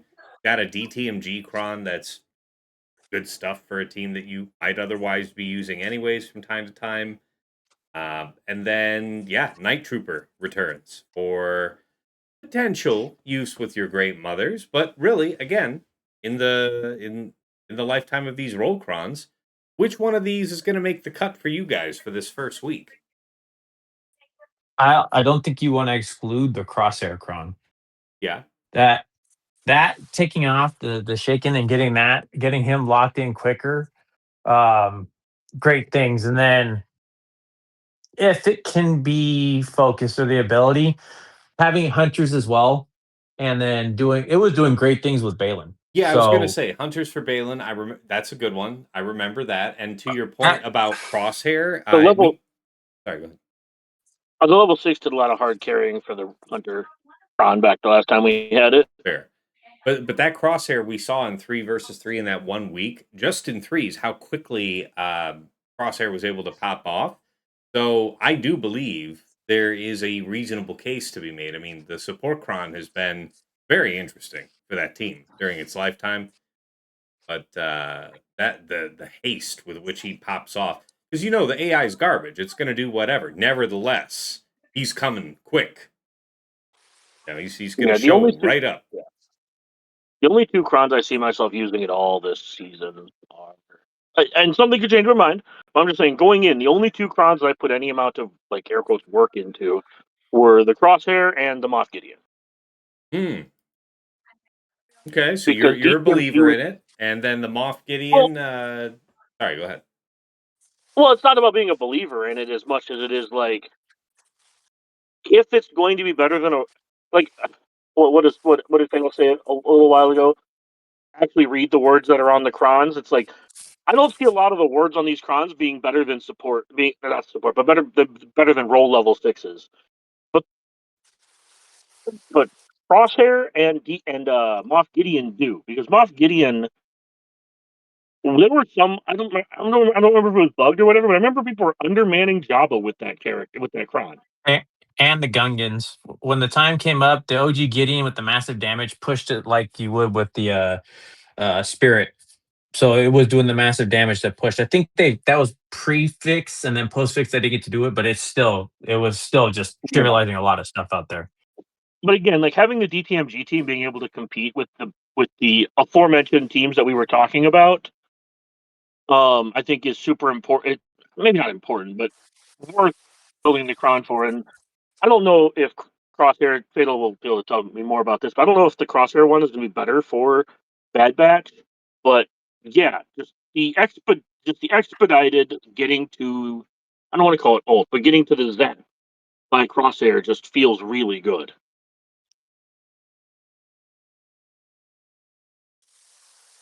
For just about all the ways that I use them, Bad Batch for me is rarely in a race. It's very much like, I think the biggest thing that people are going to run into if they try to leave set 25 is, hey man, if you were using support cron, your wrecker was given a get out of jail free card to just basically be unkillable.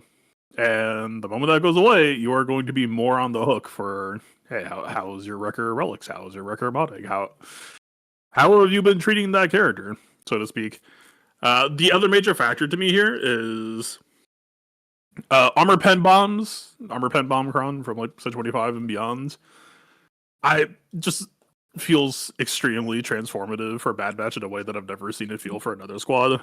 It turns out having infinite stacking crit damage and offense, as well as having more armor pen than is possible to get defense in this game, basically, is a pretty good thing. So I'm definitely trying to get them a armor pen cron for when set 25 expires, and yeah, man, like a support con right now with armor pen bomb plus level 3 bulk is just like I cannot overstate how gross the amount of value you are packing off of just about all of it, right? The level 3 bulk playing off of the support cron shielding, the armor pen playing off of the hunter spear, stacking up OG Omega to have like literally 6 to 8,000 armor pen.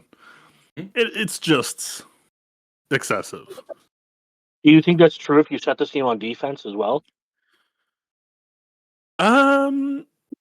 So here's the thing about if you post them on defense. We talked about bad AI, but if you don't post Batcher, yeah, it's kind of just fine, right? Like, your crosshair may not target himself, but like the Hunter Mark is gonna do what I do, and then they're just gonna push the buttons that they would normally push on top of it. That, yeah, I mean, if you're, it would depend. Maybe you could try to go either way. I still just really feel like the armor pen plus support is just like a really solid foundation. But I mean, there's arguments that like the double stacks maybe helps on defense, but it would really like you're kind of staking your bet at that point, in my opinion, on like crosshair snipe should be like earth shattering or whatever, right? Like that has to just like rob you of a character. And if it achieves that, then hey, mission well done. Those double stacks paid off. Otherwise, I think you're worse off. Fair. Great answer. That cover what you were looking for, Dagger?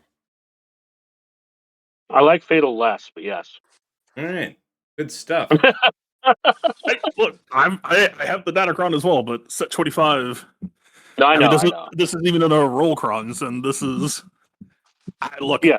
How much have I talked bad about armor pen on this show? So when I tell you that armor pen is good, in this limited circumstance. Well, yeah, and I'm just saying, you heard me, like, that's the thing, like, I already in this show, I'm talking about, like, this, and it's like, a roll cron's better here, after I, like, dismissed half of the FDCs because of roll. No, so, this like, is... I'm just over here, like, hope. Well, and I got to thank you guys, because this has been fantastic discussion. This is exactly what people want to know going. Appreciate it.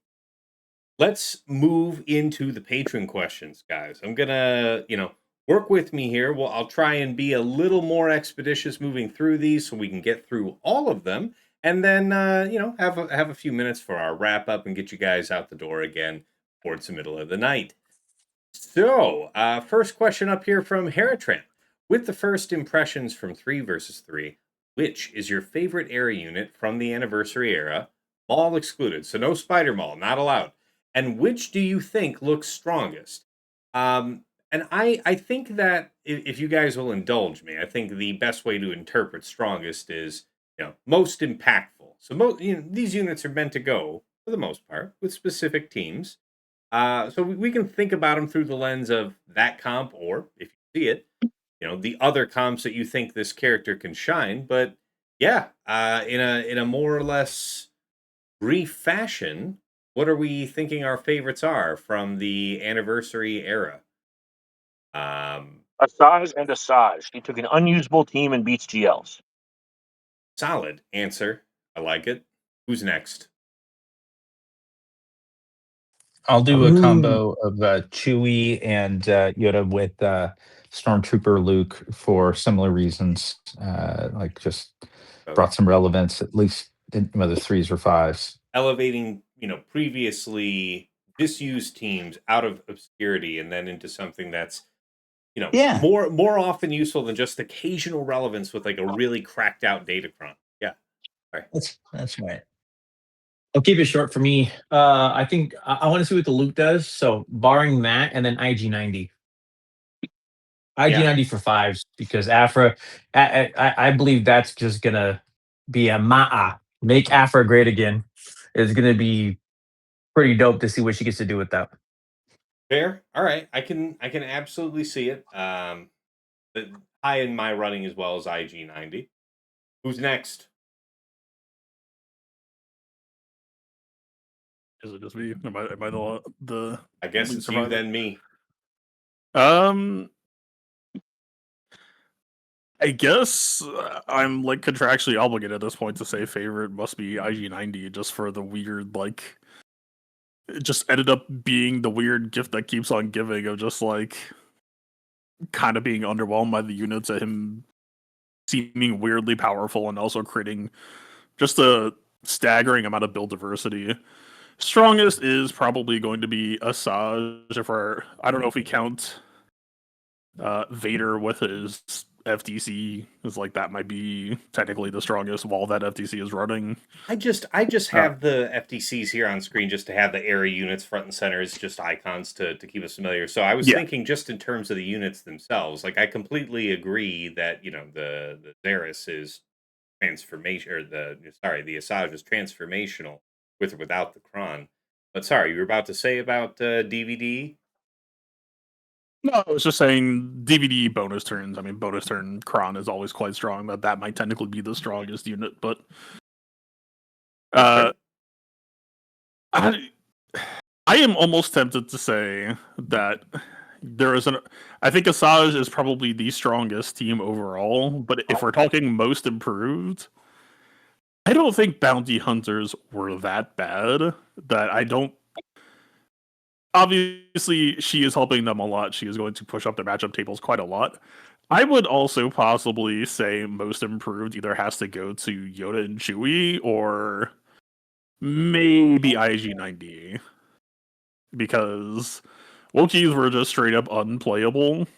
And Afra, I mean, IG90 it turns out is solving a lot of problems that Afra had in the past. So I will say strongest instead of just being unga bunga yes.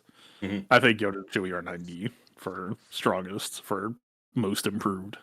Very fair. Hey, Fatal, question for you, because we had, going way back to the announcement of the era units, even before they were explicit about the IG90 kit, they had hinted at a taunt element that was going to come with it. And I remember you had thought a lot about it. You were there was a lot of anticipation, a little uncertainty. How would you grade it relative to your kind of hopes or expectations of it? Like, I don't know, on a scale of like 0 to 100 for IG90. I mean, when the era got revealed, I was actually pretty down on pretty much the whole entire era reveal. And a lot of it, I think, came down to expectation setting that myself and a lot of people that I've been around. I mean, Afra needs a tank. And to that end, Afra still does not really technically have a tank. Have a tank, yeah. I don't know. He pushes the team into an interesting space that, like, I mean, you can hook into like Afra Bounty Hunter is a very compelling space to play in as like a hybrid, or like Afra hooks into like if you run B2 Grievous, that actually like works pretty damn decently. It's I don't know. I would say like probably like 80 out of 100 for me. He's not like he's not oh my god insane, but it's just he is doing a lot. He helps the team out a lot and makes them more comfortable in spaces where they normally would have no business being in. Yeah, it feels like Afra really needed a tank. Afra got an off tank, and Afra still probably could use either a better tank option or something else. But yeah, I like it. I'm really pleased to have it. But, Yeah, this is the fourth that Afra wanted. We still need her fifth. yeah, well, That's how I look at it. Well, for my part, I mean, just so he gets some mention, I think maybe the single hardest hitting unit is probably DVD, but otherwise, yes, I'll have to echo the room. IG90 for me feels the strongest because it's the most transformational. Like the others have said here, not only are we getting Whoa. I didn't say that. And No. IG90 didn't take a team from unusable to killing GLs. So most Yeah, transformative? I No. guess I see where you're coming from. What I'm thinking about is that You're taking a team that was only ever good on defense if you had something that would otherwise protect you from getting just cheaply bursted out by CLS or Dash Han Chewy. Um, or you had some other mechanic that was otherwise, forbidding that. Now we're going to have full time service for her where she's going to have not only a tank, but, great resistance to any attempt on taking her out early. Between the stealth, bonus protection, the 200% defense, she is in a dramatically better position as a not just occasional defensive team. Yeah, I mean, to what the others have said here about, you weren't using Wookiees otherwise. You weren't using your Omicron Leia otherwise. I guess most transformational was perhaps a little strong of me to say, but as far as taking a team that I was routinely using and then resenting that it was only occasionally a solid choice on defense, I am greatly relieved. I love IG90. My favorite.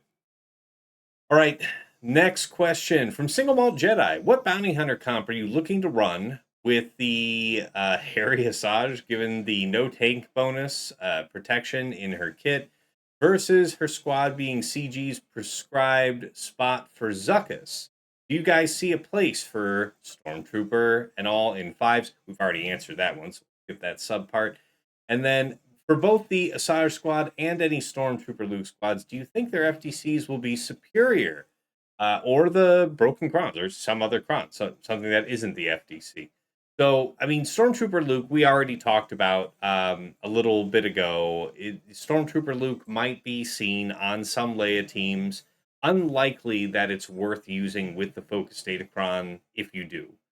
As far as the Asajj squad, I imagine that since the room basically said earlier that we think this is mostly an offense team, um, surely we're getting quite a lot out of that Datacron. Is that actually going to be used by you guys, or would you be using set 25 there?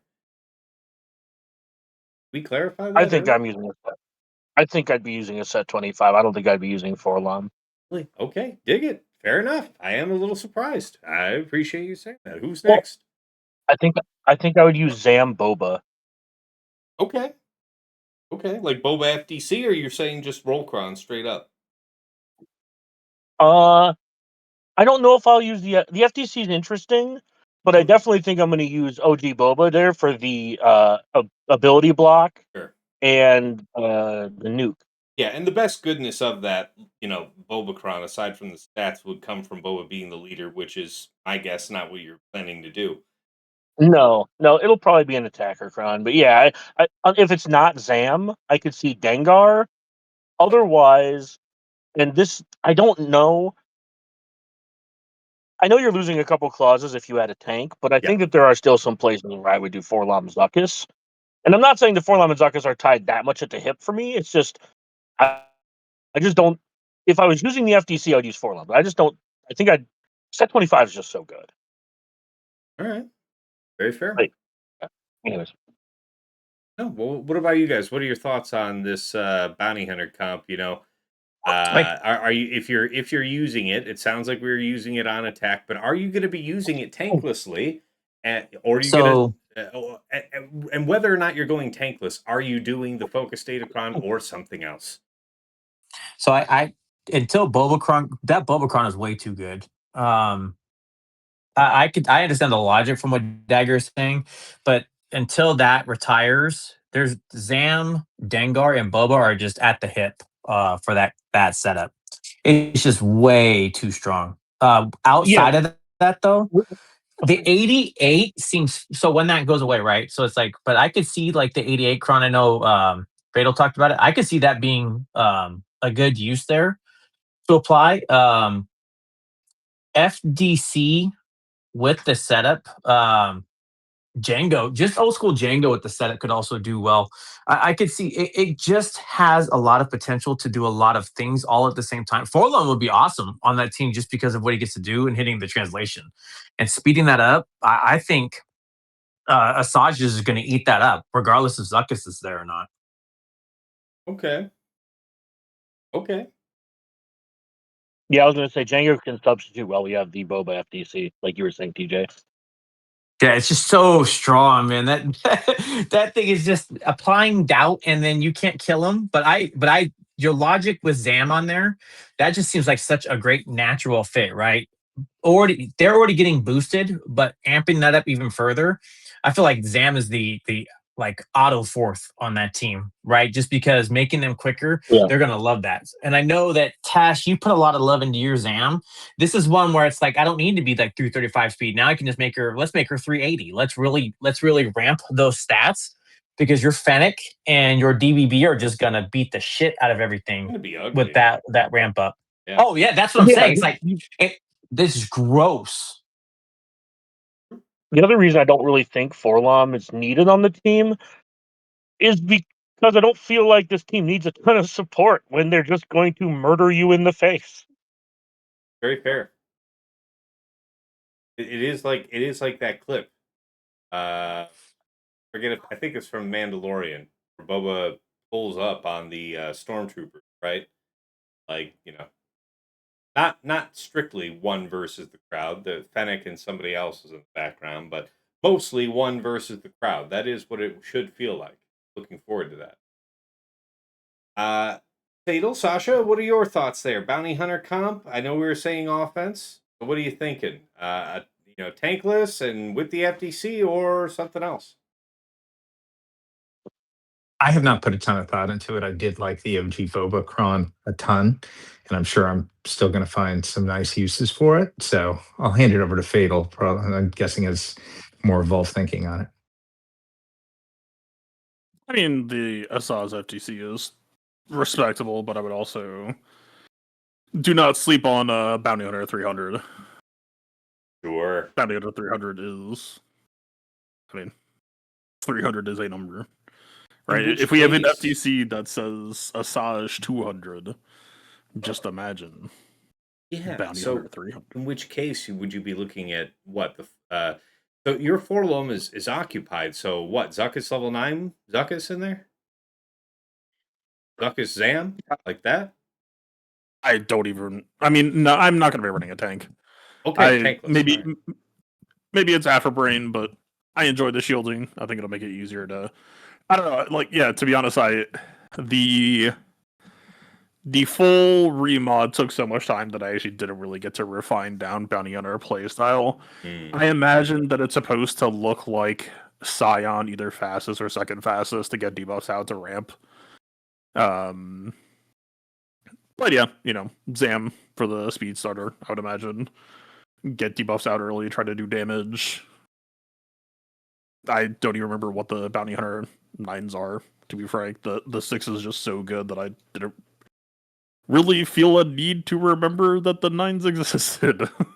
Fair. Dude, Yeah. that 88 to your what you're saying though, and you called it out earlier, Fatal. Just reading this, right? It has to be your 300. Agree with you there. As long as they're bounty hunters or scoundrels, no GLs. All allies gain 50% critical chance, critical damage, and 20% turn meter on top of what they're getting. Immune to ability block, fear, turn meter reduction, and cooldown increases. You are screwed. So let's take your 200 plus your 300, tie that in. They don't need a tank because the people won't get to stay long enough to play the game. I that sounds more than fine to be doing. Alliteration. So there's our missing piece, though. There's our missing piece. I really like that. Thank you for pointing that out, TJ. If you were gonna run set 26, 300% stacking offense bounty hunter cron, your level 9 might well be IG88. He's not a tank. You could take him along for the ride. Yeah, I just don't see how it's not that combination, and then the TM game that's already pushing on that team as it is, and then you can't slow them down, stop them, break them, and they're just going to you're dead. Very good. By the way, folks, Dagger had to jump out. He finished the commute home, and it's immediate time with the family. So wish him well. We'll catch him next week. We'll do our best with that. So thanks, Dagger. Thanks for popping in. All right. Next question here. What counters are you planning to use for the new Focus Datacron squads? So yeah, things that you're gonna see out in the wild. So against Stranger Spider Mall, whether that's let's say it's with the Focus Datacron, let's say it's without. I'm still thinking probably just Lord Vader to keep it simple. And I wonder to what degree the room disagrees with that.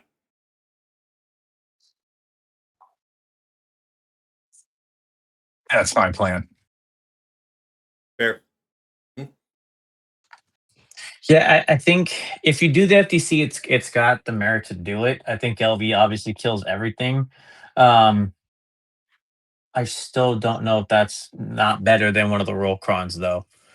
Barris having I'm not that gonna set lie up to you. is a It good thing. doesn't matter if I see that FTC, if I see an attack run, I'm just Right, gonna that's throw what I'm Lord saying. Vader It's on like the gun. either way you do it, who cares if they're getting a million turns from Star Killer and all that? You've just lost a lot of like stats and bulk on other things. Fatal's already called it out plenty of times. Support on that is just amazing. I mean, we've been waiting for the de la creme to prop up.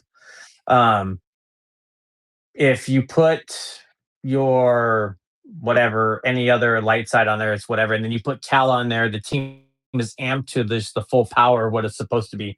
I just that you can't go less than something along the likes of maybe Bane, but I don't see that being that great. Versus like an LV or something stronger. It's just going to require everything. I'd be interested to see what Queen gets to do against it, but I'm sure people are going to be just setting that up that if you give any room on that team, you're screwed. Fair. All right. Let's see. So yeah, other Focus Datacron teams that you're thinking to encounter. So let's give it the benefit of the doubt. I mean, if I see this DVDE, we're gonna use something permakill related. Great Mothers was a slam dunk in 3 versus 3. I can't imagine why that would be bad. But again, any of your permakill teams that do the monster math to make sure that you're actually going to outrun these guys so they don't kick off and turn meter engine you into oblivion. But aside from Great Mothers, what else jumps out at you guys? If you saw this out in the wild, I mean, you said permakill, so with the set 25 right now, you can just Jedi Master Mace should just roll this team up. yeah, I wonder because that feels it feels bold taking an all Jedi team into EP with what you would assume in 5 versus 5. I expect Darth Vader on the team. I saw this on your list. How many turns do you think they take?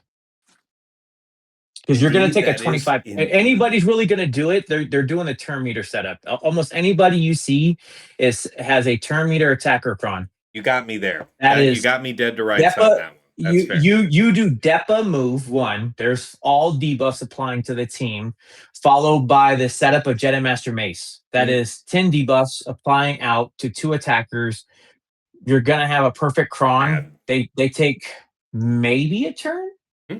But even then, that's the last person alive because it's probably what Royal Guard, because all your other flimsy characters have just been pummeled. Sure. All right. I like that thinking, TJ, and in fact, it is maybe I like it because it's very consistent with the thinking I had in threes. And in my last match of the last season, the drop that the first battle I did was that same concept. It was Mace, Depa, and Temple Guard, and you'll never guess what happened to Mace when he went after Emperor Palpatine. He went straight out the window. He locked down Emperor Palpatine, and then I'm like, okay, great. I had 25% turn meter on the Cron, 158% crit damage on my attacker Cron. I'm like, that's great. I'm now going to mow down Vader. Couldn't get Vader down at all, and they just ate me up. Maybe it's different in 5v5, but I was really disappointed in I myself see there. why you're hitting that, but I'm going to give you what you didn't have, and that's 2 additional characters. Yeah. That's the big piece. I can see Jocasta why and you got it right, and that's the other thing. It doesn't even have to. You have room to play with it because you could easily just put Shock T as one of the other characters to try to work through what it's doing. But that's still just scary. But if it's not that, and then you want to go to something else, what are you doing with Maz? Yeah, Maz is. You're right. That's a nice alternative. Who's It, going to be able to it wipe two? I yeah, Yeah, I like the ability to do the stuff, but cooldown reduction and everything else. Maz's team is still an amazing team. And again, Rollcron, they don't need a focus datacron. Maz's kit and everything else is going to be locked in to do a lot of good stuff here. people tested this. I was too nervous to try it myself, but you're absolutely right. People tested Maz into that, and they were able to get it done. So I would imagine that would be easier, not harder, to pull off in fives. Fair point. Fatal, any thoughts on this one? You see this in the wild? What you doing to it? Sorry, I had to take care of something. What are we discussing? Oh, just the question from the patron was, what counters are you planning on using for the new FDC squad? So if you saw, the way I'm choosing to interpret this is, if you saw any of these, related FDC teams out in the wild, what are you going to do with them? Currently talking about DVDE. So if you saw it out there, what first comes to mind? How are you going to dispatch whatever the gnarliest composition of DVDE you can imagine? I don't know. I haven't really theory crafted for offense yet. I mean, you just have to tiptoe around no assisting, right? So find whatever premier squad. I mean, maybe you just run Bale and strip out Merrick so you don't assist or some shit like that. I'm sure there will be an answer somewhere. Sure. Okay. Yep.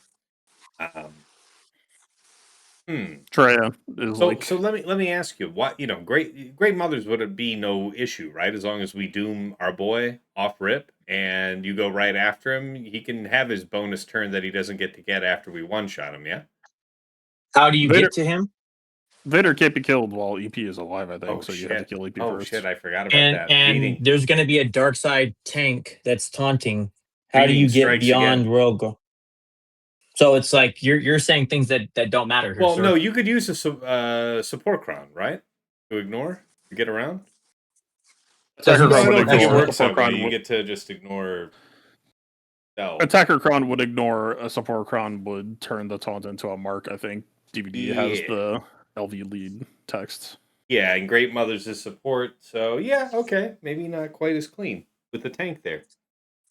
That would be interesting then, guys. Yeah, because the key thing would be to stop Darth Vader from getting an obscene number of bonus turns. So, no, not hearing any great answers. So probably an overkill if we're guessing. I think it'll mention Balin, so not a terrible fit for situation. So long as you go out first, I would say, because I did that myself in 3 versus 3, and I feel like if it weren't for the fact that Balin went immediately after Mara Jade, that could have gone a different way. All right, next one. Since you're here, yeah. Well, if you have to mute again, Fatal, because you're tied up. So I was going to springboard right back off of you about what are you going to do if you see the bounty hunters in the wild? Or no, wait, didn't we already mention that one? Didn't we already cover that one? I don't know. It's kind of a offensively. I'm just fucking EMP scramble at the moment. There are so many tools flying around. Bounty hunters. I mean, well, we're really just looking to probably weather the storm, especially if we're talking about IG-88 run. Yeah, well, the question was assuming that you were going to see this FDC out there. So, but I mean, there's a ton of attack out of turn. So maybe something like Treya, another stress for Treya, something where you're thinking about how to deal with that, because Treya would be nice. It would let them cut through their own bonus protection, right? So long as you could survive the onslaught.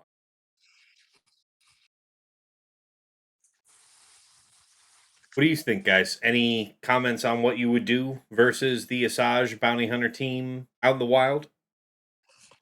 I mean, so you're saying that there's only 11 teams to have to worry about? I believe you'll have something just fine. You're thinking that, Um, yeah, if you were to see this, you'd probably just overkill it. you don't have to not, right? I don't even know if you could, like we just talked about it right now. Imperial Remnants, because you're doing attacks out of turn. Imperial Remnants right now with the OG Gideon Cron and setting that up, that seems like easy money. And that's just going with the new DC if we're talking about. But other than that, let's take Rollcrons. If they don't put a tank, you get to just spend your time discerning who's the biggest one to worry about. Asajj really is just the strength behind the team. So if she's gone first, um, you have nowhere to go. And then making sure that you just don't get ramped up by Dabod and him doing his shenanigans there. I could see a bunch of things taking it out because you have in threes, it held strong because the power of three with them was a lot, right? They can underman things, they can do a lot of things. But again, you give me 5 characters, you're doing what? Dabod lead, sure. They're gonna get their D bus. OG bounty hunters. If you think about this and then just the insta kill, they're dead as it is. There's just too many ways to go. This should not be one of the teams you're going to want to put on defense. Okay.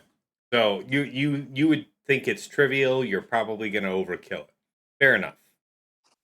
Anything else from you guys on this one? Wookiees could maybe try it. I'd have to re-review That'd be a all Okay. the Bounty Hunter kits. That'd be a good one. Yeah, Wookiees. Oof. Yeah. Yeah. All right. Let's talk about the elephant in the room. How about it when we see this Aphron defense now with the focus datacron for IG90? Or I mean, the question is assuming the focus datacron. So how we dealing with this one? My immediate thought is I know we touched on it before, but I would try Gungans. I'm That's just curious mine. to see Yeah. what they can do. Yeah. I You're- did it in threes. I having 2 more characters feels very strong. But I went with the 5%. I I almost feel like I might want to just get out completely in front and stay there. So it might just be turn meter the way to go, just to make sure they stay locked out and they ain't doing nothing.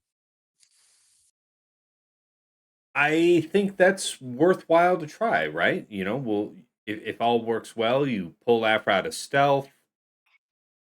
Prot disruption would be outrageous.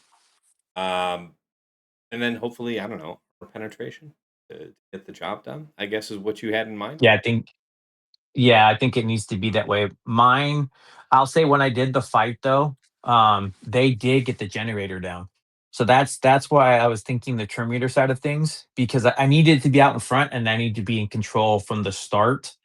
Um, and they can get around that stuff if you let them do their things. I see why A you say properly set that, up but team. my intuition would be that stacking offense is probably going to be more helpful if I had I to guess. I I would like to see it, and I think it's strong, and I have it. I have it set up, and mine's completely on the arm pen side, right? Because Gungans have a great setup for that. And I will tell you, just 3 versus 3, they beat the shit out of my generator, and I won Yeah. with the 57 only because my Gungans could hold out. You give them 2 more characters to play with their food. Um, Maybe it's just bad luck, but the AI was playing it like a champ, destroying my generator, and they're doing a lot. And now if you're gonna add in, I think Fatals is right?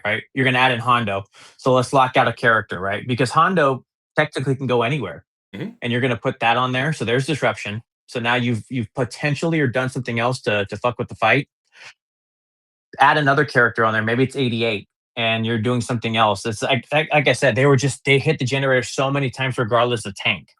Yeah. So I'm concerned that they're going to play it well enough that your team is dead before you could keep going, which is why um, high armor pen turn meter might be stronger. Okay. No, I can see that. I appreciate that, guys. Wrapping up these FTCs. So the Barriskron, if you saw it, to really take full advantage of it, you'd have to have dropped out either Grand or Seventh, like we were talking about earlier. So probably nothing better than what you would otherwise be using, right? Like your Malikos, maybe Malgus. I don't know that without Grand or without Seventh that I'm so worried about the added effect from the Barris level 9 that I'd let it stop me from trying Malgus. What do you guys think? Don't why is this good to do and take away one of the greatest things about Riva? Yeah, I understand the ticking we're not. time That's not domestic. the spirit of the question. That's I know, but like to me, Mhm. why doesn't just old school Phoenix just topple it out to the point of you're not getting to do Yeah, anything? so you would have no hesitation to pull the trigger on Ye Olden Phoenix. Fair enough. I just don't see what it's doing, and now she doesn't get to come back. I get that they had tenacity and maybe the things don't land out. Um, but do they I care? And having a full team of 5 and there's a 25% and there's a we don't even need the focus data cron, or we don't even need any of the roll crons. Chopper has his own setup right now, and actually it's a really good level 9. So just take the level 26, the set 26, Chopper 9 with 25%. If you've got the potency check to overtop that, which potency is one of the stronger things on that cron, why isn't it just overturning them to where they're done? Fair. Uh, Great answer there. Anything else you guys wanted to add on top of that about fighting the Inquisitor, Kron, if you see it? Assuming, the FTC is there, so we could also assume these are active. They've made the appropriate sacrifice. I would say thank you to CG for baiting people. Yeah. I Hmm. some I like. This is not one of the maybe once that 25 goes away because that healer is just amazing. Sure.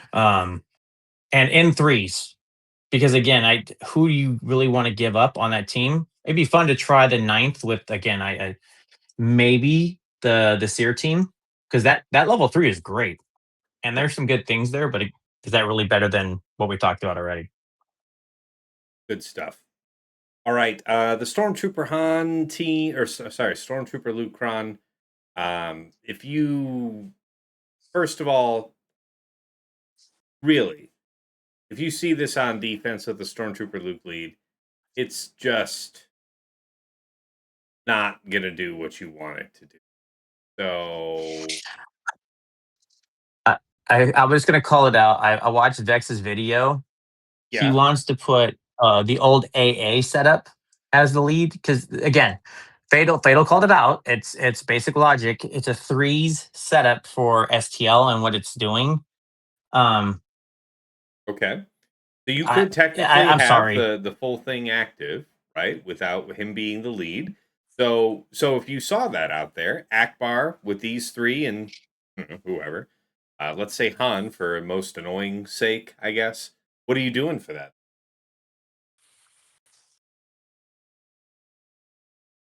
So you have no other gain, and then except for the base stats of what is on here, which is I guess some stuff, and I'll just air quote it that way. Mhm. On 11 teams at this point, Balin is just gonna. I don't know. There's nothing you can do that to me it deserves to be one of the 11. AA is cool and I got it, but I'm sorry, Yeah, but it could it's be a not something stress where it's for like you. oh I Like if you see a few things that want Balin, like you've got a bunch of B teams to solve on the bottom front, that could all be an right interesting I'll choice. JML it. I'll Okay, JML it. I'll JML. There we BKM go. it. This is my thing is this doesn't equal out to be one of the 11, which is like my Mhm. most at this chronic in it. It's got some stuff on it, but set 25 is way better. And I really feel like Luke has a lot more utility on that Leia team. Mhm. There, there's just so much that he gets to do to assist and the call out and additional stealth when it needed. And if you propped him up correctly, and then that mass assist that Fatal talked about too, it's like, or I'll break that off, lessen what it could be a super strong Leia team, so I can put AA on defense. And again, I'm going to comment on this. In a world where there's only 11 slots, let me trick you in the back wall with my AA STL team. Fair. Something you got to add on this one, Sasha. Fatal. No, nothing for me. Right. And I then would last use Salger with Luthen as a 2-man undersize and making I would mental love to note see it that you because don't really know how the video game works. yeah. I could absolutely see it, just picturing it in my head, and it's like, man, let me catch you with my air unit. That's fine. You've just been two-manned. Walk away. Fair. Wookiees then. What's it gonna be if you see them?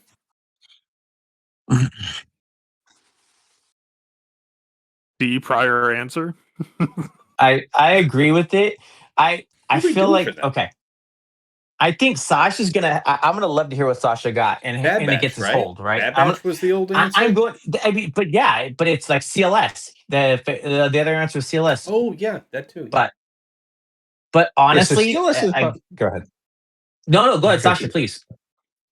Yeah, I it's interesting because I think they have tried to put reactive elements in there around Bad Batch that like every time that foresight is removed, that there's a TM penalty against the attacking squad, that there is like it's putting all kinds of debuffs up. It's trying to bump the Wookiees in to interrupt TM trains a bit.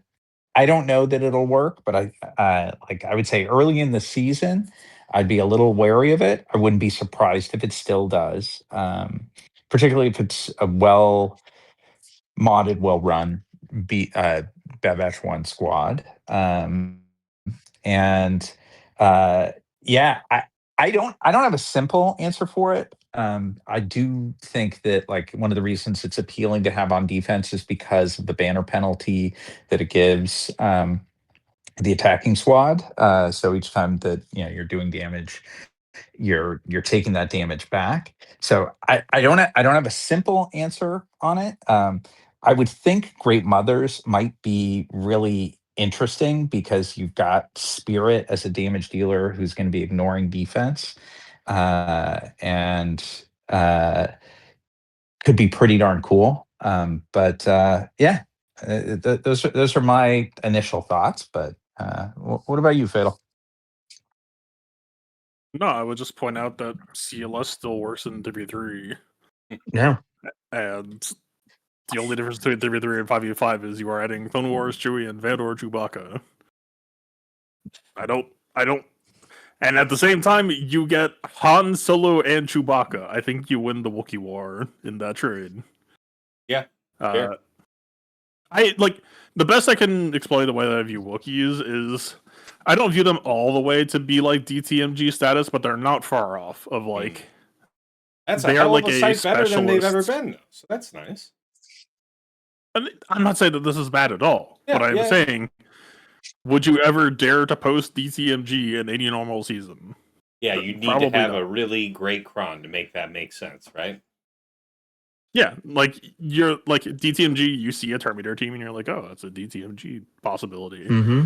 Wookiees, you're okay. probably looking for like damage Fatal? base, lots of multi hits. Here's the really meaningful $1 million question. What if you had that DTMG squad with an FDC, but I told you got to attach Hermit Yoda onto the back of DTMG? Would that make all the difference for you?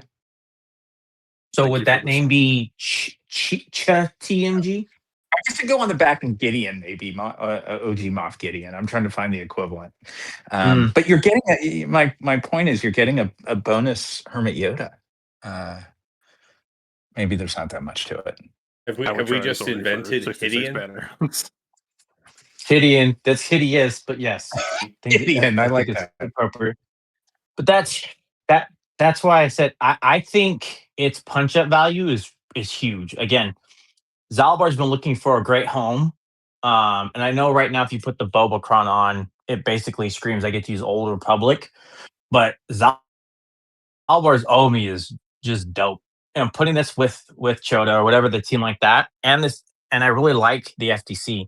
I think you're giving away what's killing a GL as you watched an auto earlier on the stream. Yeah, I remember using the Old Republic last time in fives, effectively a couple times. What was that against? Because if you're going to be doing this and you're going to committing Zalbar to your Wookiees, whether that's Finzori.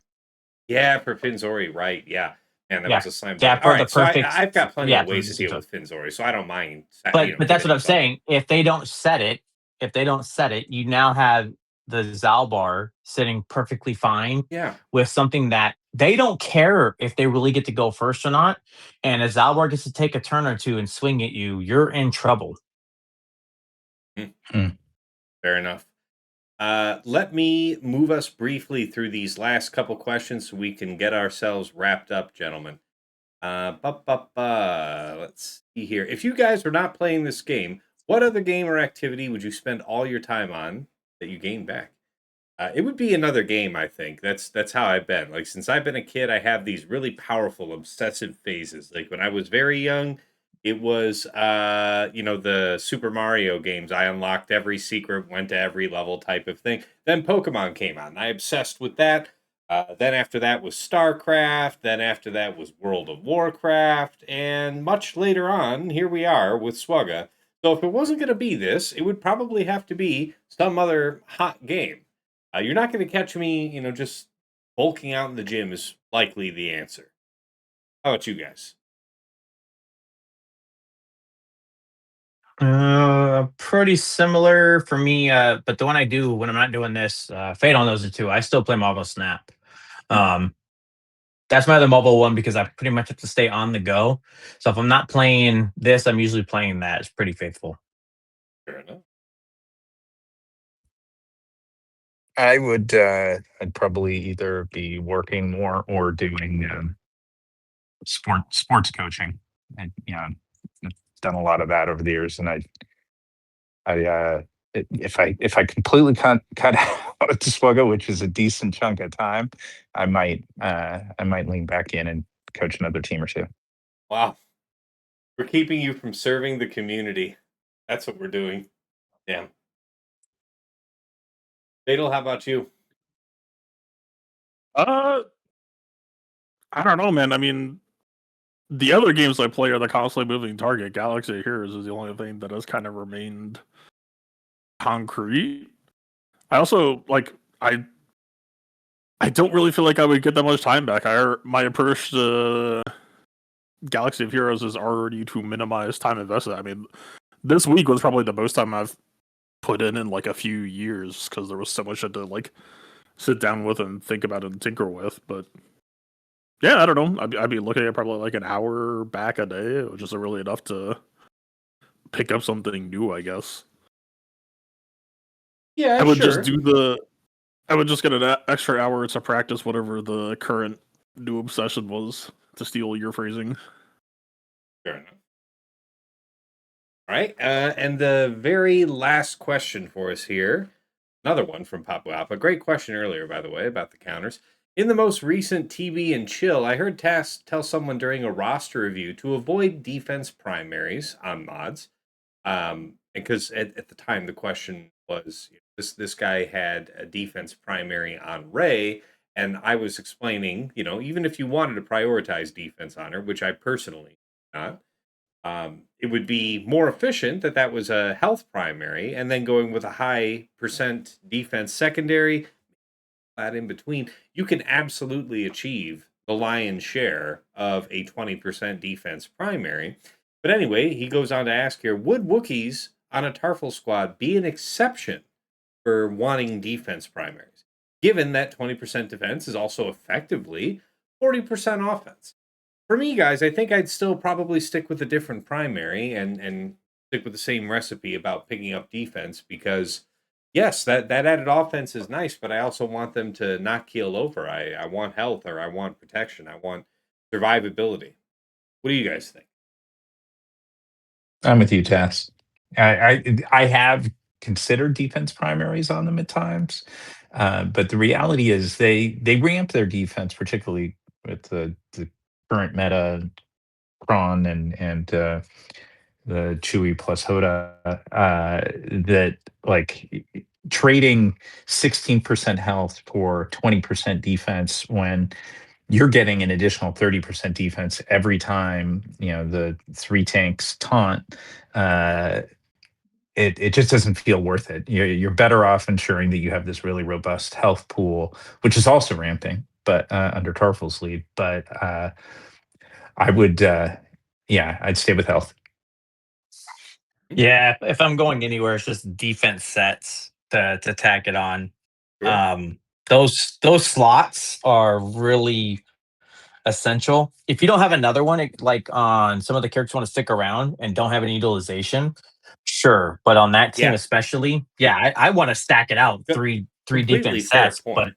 Completely fair point, by the way. that's Like, especially for us, anybody up near us, defense mods, health primaries, prop primaries, yeah, all these things are at a yeah, premium right now. Like, everybody wants them. oh yeah, So if you had to, man, if I had to make use of defense primaries that had high speed or whatever on them, stuff like that, other good stats aside from being a defense primary, absolutely would I slap them onto this Wookiee team to make some use of them if it was going to be that or not being able to go with a more defensive orientation on that team.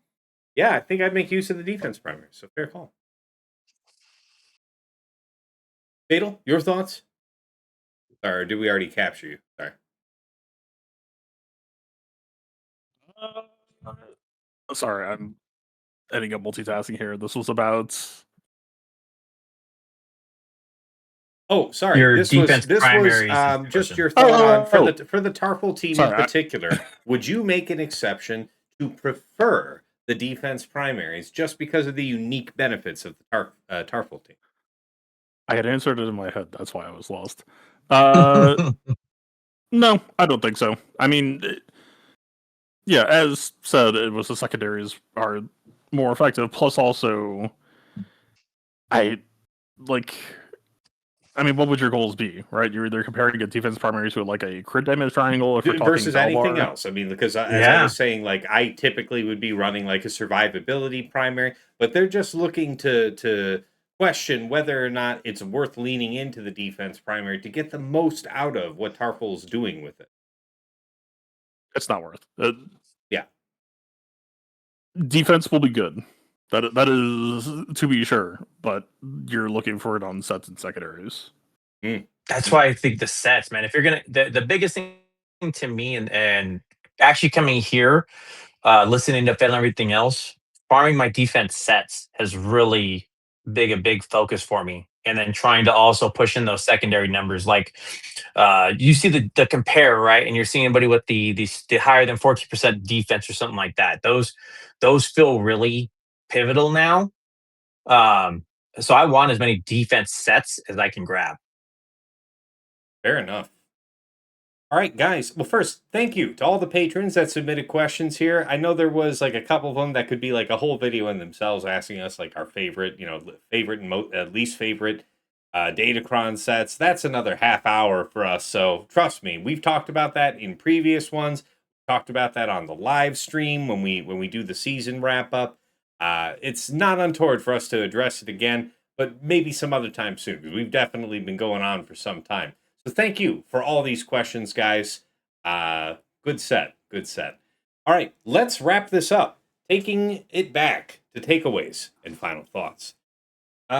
Okay, so you guys have talked me out of a couple of some cute ideas that I was thinking maybe running a couple of these FTCs bottom front.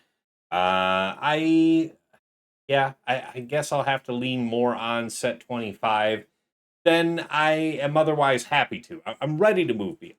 I was hoping that some of these newer crons would be maybe not more dominant than set 25, but perhaps having enough flavor, different flavor to them to introduce uncertainty, and maybe you wouldn't try them. Try your preferred counter against it. Nevertheless, it looks like where you have a choice for the most part, set 25 is still going to win out, maybe at least just for this first week. Um, I like that we have tougher options to put down on the board, have new things with all these units. And for me, the fascination is going to be with what Afra does. I'm going to see. I don't want to disclose as of yet how I intend to position this team, but I have some ideas. There's got to be some real scheming going on with that one. Yeah, I'll be thinking about this while I'm planning all day tomorrow. So you know the drill with that, TJ. But let's punt it over to you. What are your takeaways and final thoughts heading into this first week of the season? I'm really excited to play again. I'm gonna keep staying on this. The new toys and being able to add them in. Um, unfortunately, to the perfect cron. I think we'll be having a much different story come next five task, where we get to talk about, man, now that that's Right. gone, we get to do all of this. I think that story is going to be a lot more fun and interesting. I know we're all pretty much weary of the ding dong set 25 is gone situation, but I'm interested to see what we get to do. The perfect the stranger has the perfect team now. What ends up being the most valuable setup, and obviously how light can we go to kill it? I'm sure spoiler won't be that light.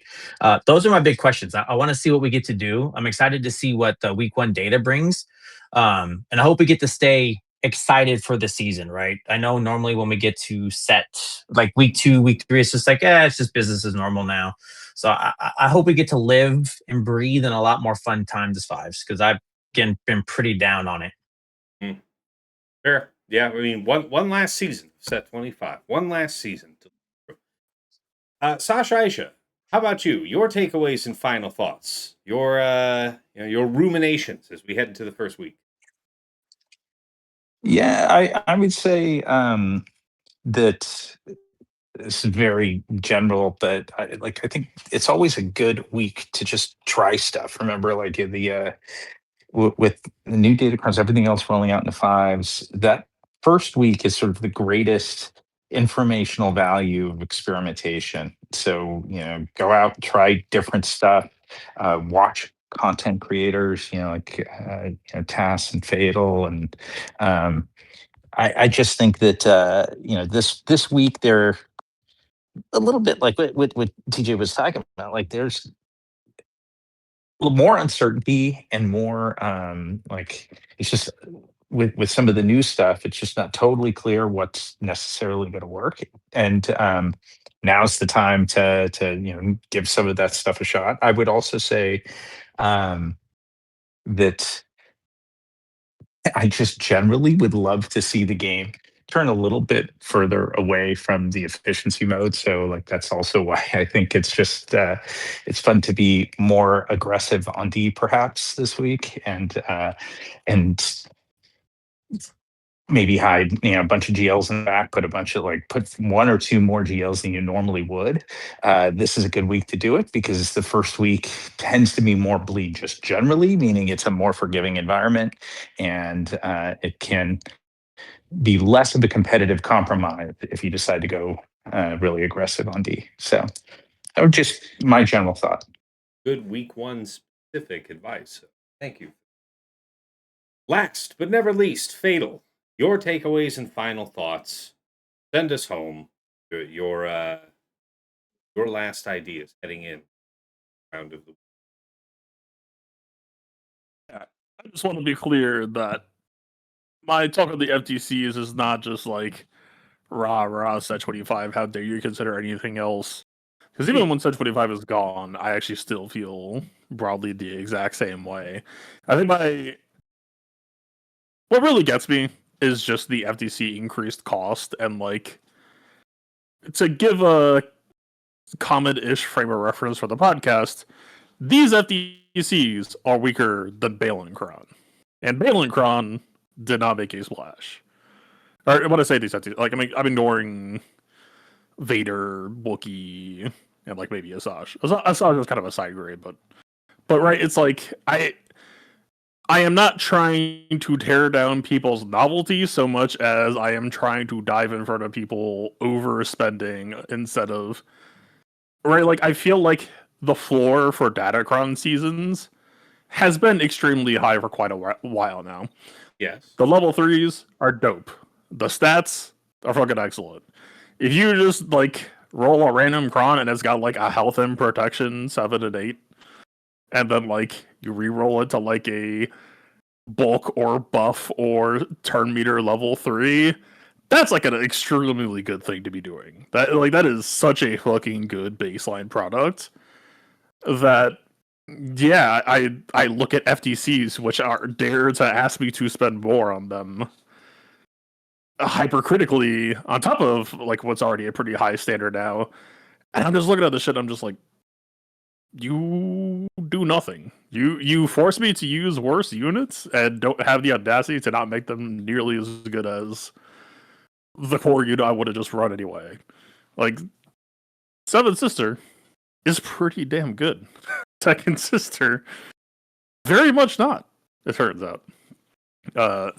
So yeah, I just want to be clear on that I'm not trying to rain on parades here so much as, like, I see a lot of people stressed about, like, holy fuck, it's only 1 month to farm. Like, if you're just a hyper focus or trying to be competitive free to play player, don't get caught up in the hype. Don't get overstressed by this shit. FTCs, I mean, when FTCs are good, of course they're good. Like, I'm not gonna downplay the good ones. I just want to make sure that, like, you get the most bang for your free to play buck. In that respect, that is why I tend to take the posture that I take on that shit. But yeah, past that, I mean, I have done zero offense prep for this season. It feels like it's going to be a bizarre shit show. I think nothing is going to hold just from how many tools have been added by the era. But that being said, that doesn't really worry me anymore because it's like, okay, maybe you're like, what, worst case scenario, Asajj steamroll something or DVDE steamroll something, it's going to be a 65 or lower. Is like, that's acceptable to me. I think that's within parameters, so to speak. That stuff doesn't necessarily stress me. Yeah, I'm looking forward to it. I think there's a ton of novelty, a lot of cool stuff to try. I'm looking forward to the coming season and then the death of Set25. So twitch.tv/playbooktv, youtube.com/theplaybook for all that. Appreciate it. All right. Well, thank you. And thank you guys. And for Dagger, who's already left us for writing this out. This was a good long chat, but I think we all have something we're taking away from it. So really appreciate it. And of course, if you folks want to catch me live here this week, you know the place to do it is twitch.tv/Tassenix. I also simulcast from my YouTube channel, Tassenix Gaming, where if you've not been there before, check it out. Whole bunch of Slug-related content that I think you'll be interested in.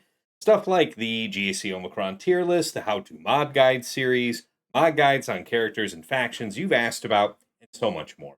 Anything you enjoy over there on the YouTube, give it a like, hit subscribe to the channel to see more, follow on Twitch. All great ways to support the channel for absolutely free. If you love what we're doing over here, you want to support the channel, there are a few ways to do so.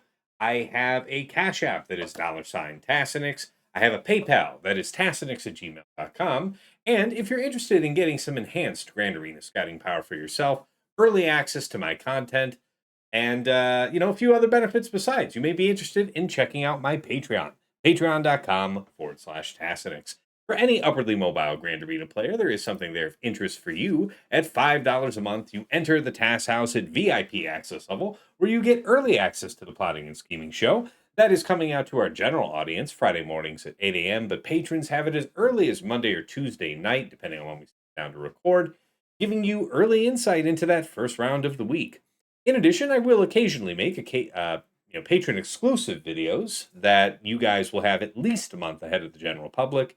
And of course, a dedicated text and voice chat where I am usually lurking on Discord. So pop on in and say hi. Thank you to all of my subscribers here at VIP Access. Thank you. Really appreciate it. Moving on up to VIP Access Plus, that is $10 a month for a bundled Patreon access to me and to your choice of either OmegaBot or Hot Utils Patreon. OmegaBot's that tool that I highlight at the start of all of my Grand Arenas. It's the one with the graphs, giving you an easily understood sense of your opponent's offensive and defensive tendencies. Anybody can use that tool for free to scout their opponent's last week of Grand Arena history, but only patrons can build a comprehensive report going back in time more than a week. You get a downloadable HTML version of it with links that you can click, taking you right back into Swugga.gg or Insight, whichever you use, with data pre-sorted, just helping you further minimize your scout, focus on those really specific intel questions.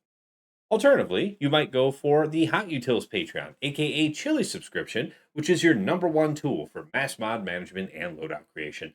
Nothing else lets you switch so easily between your Grand Arena, TB, TW, and Raid mods. You can use it like TJ and Fatal do to comprehensively remod your roster with the powerful automation feature. You can slice through hundreds of mods in seconds, help out your guild and TW, and so much more. No wrong way to go at VIP Access Plus. Thank you to all my patrons here. At VIP Access Premium, that is $15 a month for the Double Bot bundle. So, Patreon access for me, Omega Bot, and Hot Utils all under one price. Going out and just getting these bots anywhere else costs the same as this triple bundle, which is why so many of my patrons say it's one of the best values in all of Swugga. Thank you to all of my patrons here at VIP Access Premium. Enjoy those double bots. At the top of the list, in Jester's Club Elite, yes, that's right, the one, the only Nomad's Reaper. This madman pops into stream from time to time and gives out subs, thousands of biddies, sets hype train records, done it many times over the years. Thank you so much, Nomads, for the incredible generosity. Likewise, to Pills, who has popped in at a fair few of my streams, mostly towards the end, and just suddenly is popping out 10 gifted subs, 100 gifted subs. Never quite know what to expect, but I really appreciate it. Thank you so much, Pills. Special thanks goes out to the Lost Womprat, one of my patrons who's gone above and beyond the Call of Duty, not only helping me with all of my IT-related issues for OBS, for Stream Deck, whatever the case may be, but also is very helpful with a lot of folks in my community and helping out with all of their issues as well. So thank you so much for the time and attention, Wombat. Mrs. T, my wife, thank you for all you do in the background, whether that's bringing me something to eat and drink while I'm here on stream, or just keeping our daughter from tearing the house apart while I'm trying to be halfway decent at a phone game. I appreciate you. And of course, again, to my co-hosts here on Plotting and Scheming, Dagger, TJ, Sasha, Aisha, and Fatal. Gentlemen, as always, it is my pleasure and privilege to record our show every week. I know you guys have a busy work and family schedule. Some of you are raising kittens and who knows what else, but you still make yourselves available week in, week out, and I appreciate it because I learn something in every episode. Hopefully you feel the same from time to time. But it's not about us. It is about the community that tunes in to listen to our conversations. And I got to tell you guys, it is rare that a day goes by that I don't get some type of comment on YouTube, a DM on Discord, thanking us for the show. Something they picked up in our conversations was applicable in their own Grand Arena round, and it won them the day. I see it all the time. We're having the impact we wanted to have with the show. So thank you guys so much for being a part of it. Wouldn't change a thing. All right. That brings us back around. We are full circle and a good week ahead. It's always a mess here for the first week of a new season. You've got new datacrons in effect. It's not quite a brave new world, so long as the shadow set 25 lingers over us. But it's new enough that there's some fun to be had. So hopefully you guys tune in to all of us, that are content creators here on this show. It's just me, Fatal. And until next time, it's been real. It's been awesome. Been real awesome.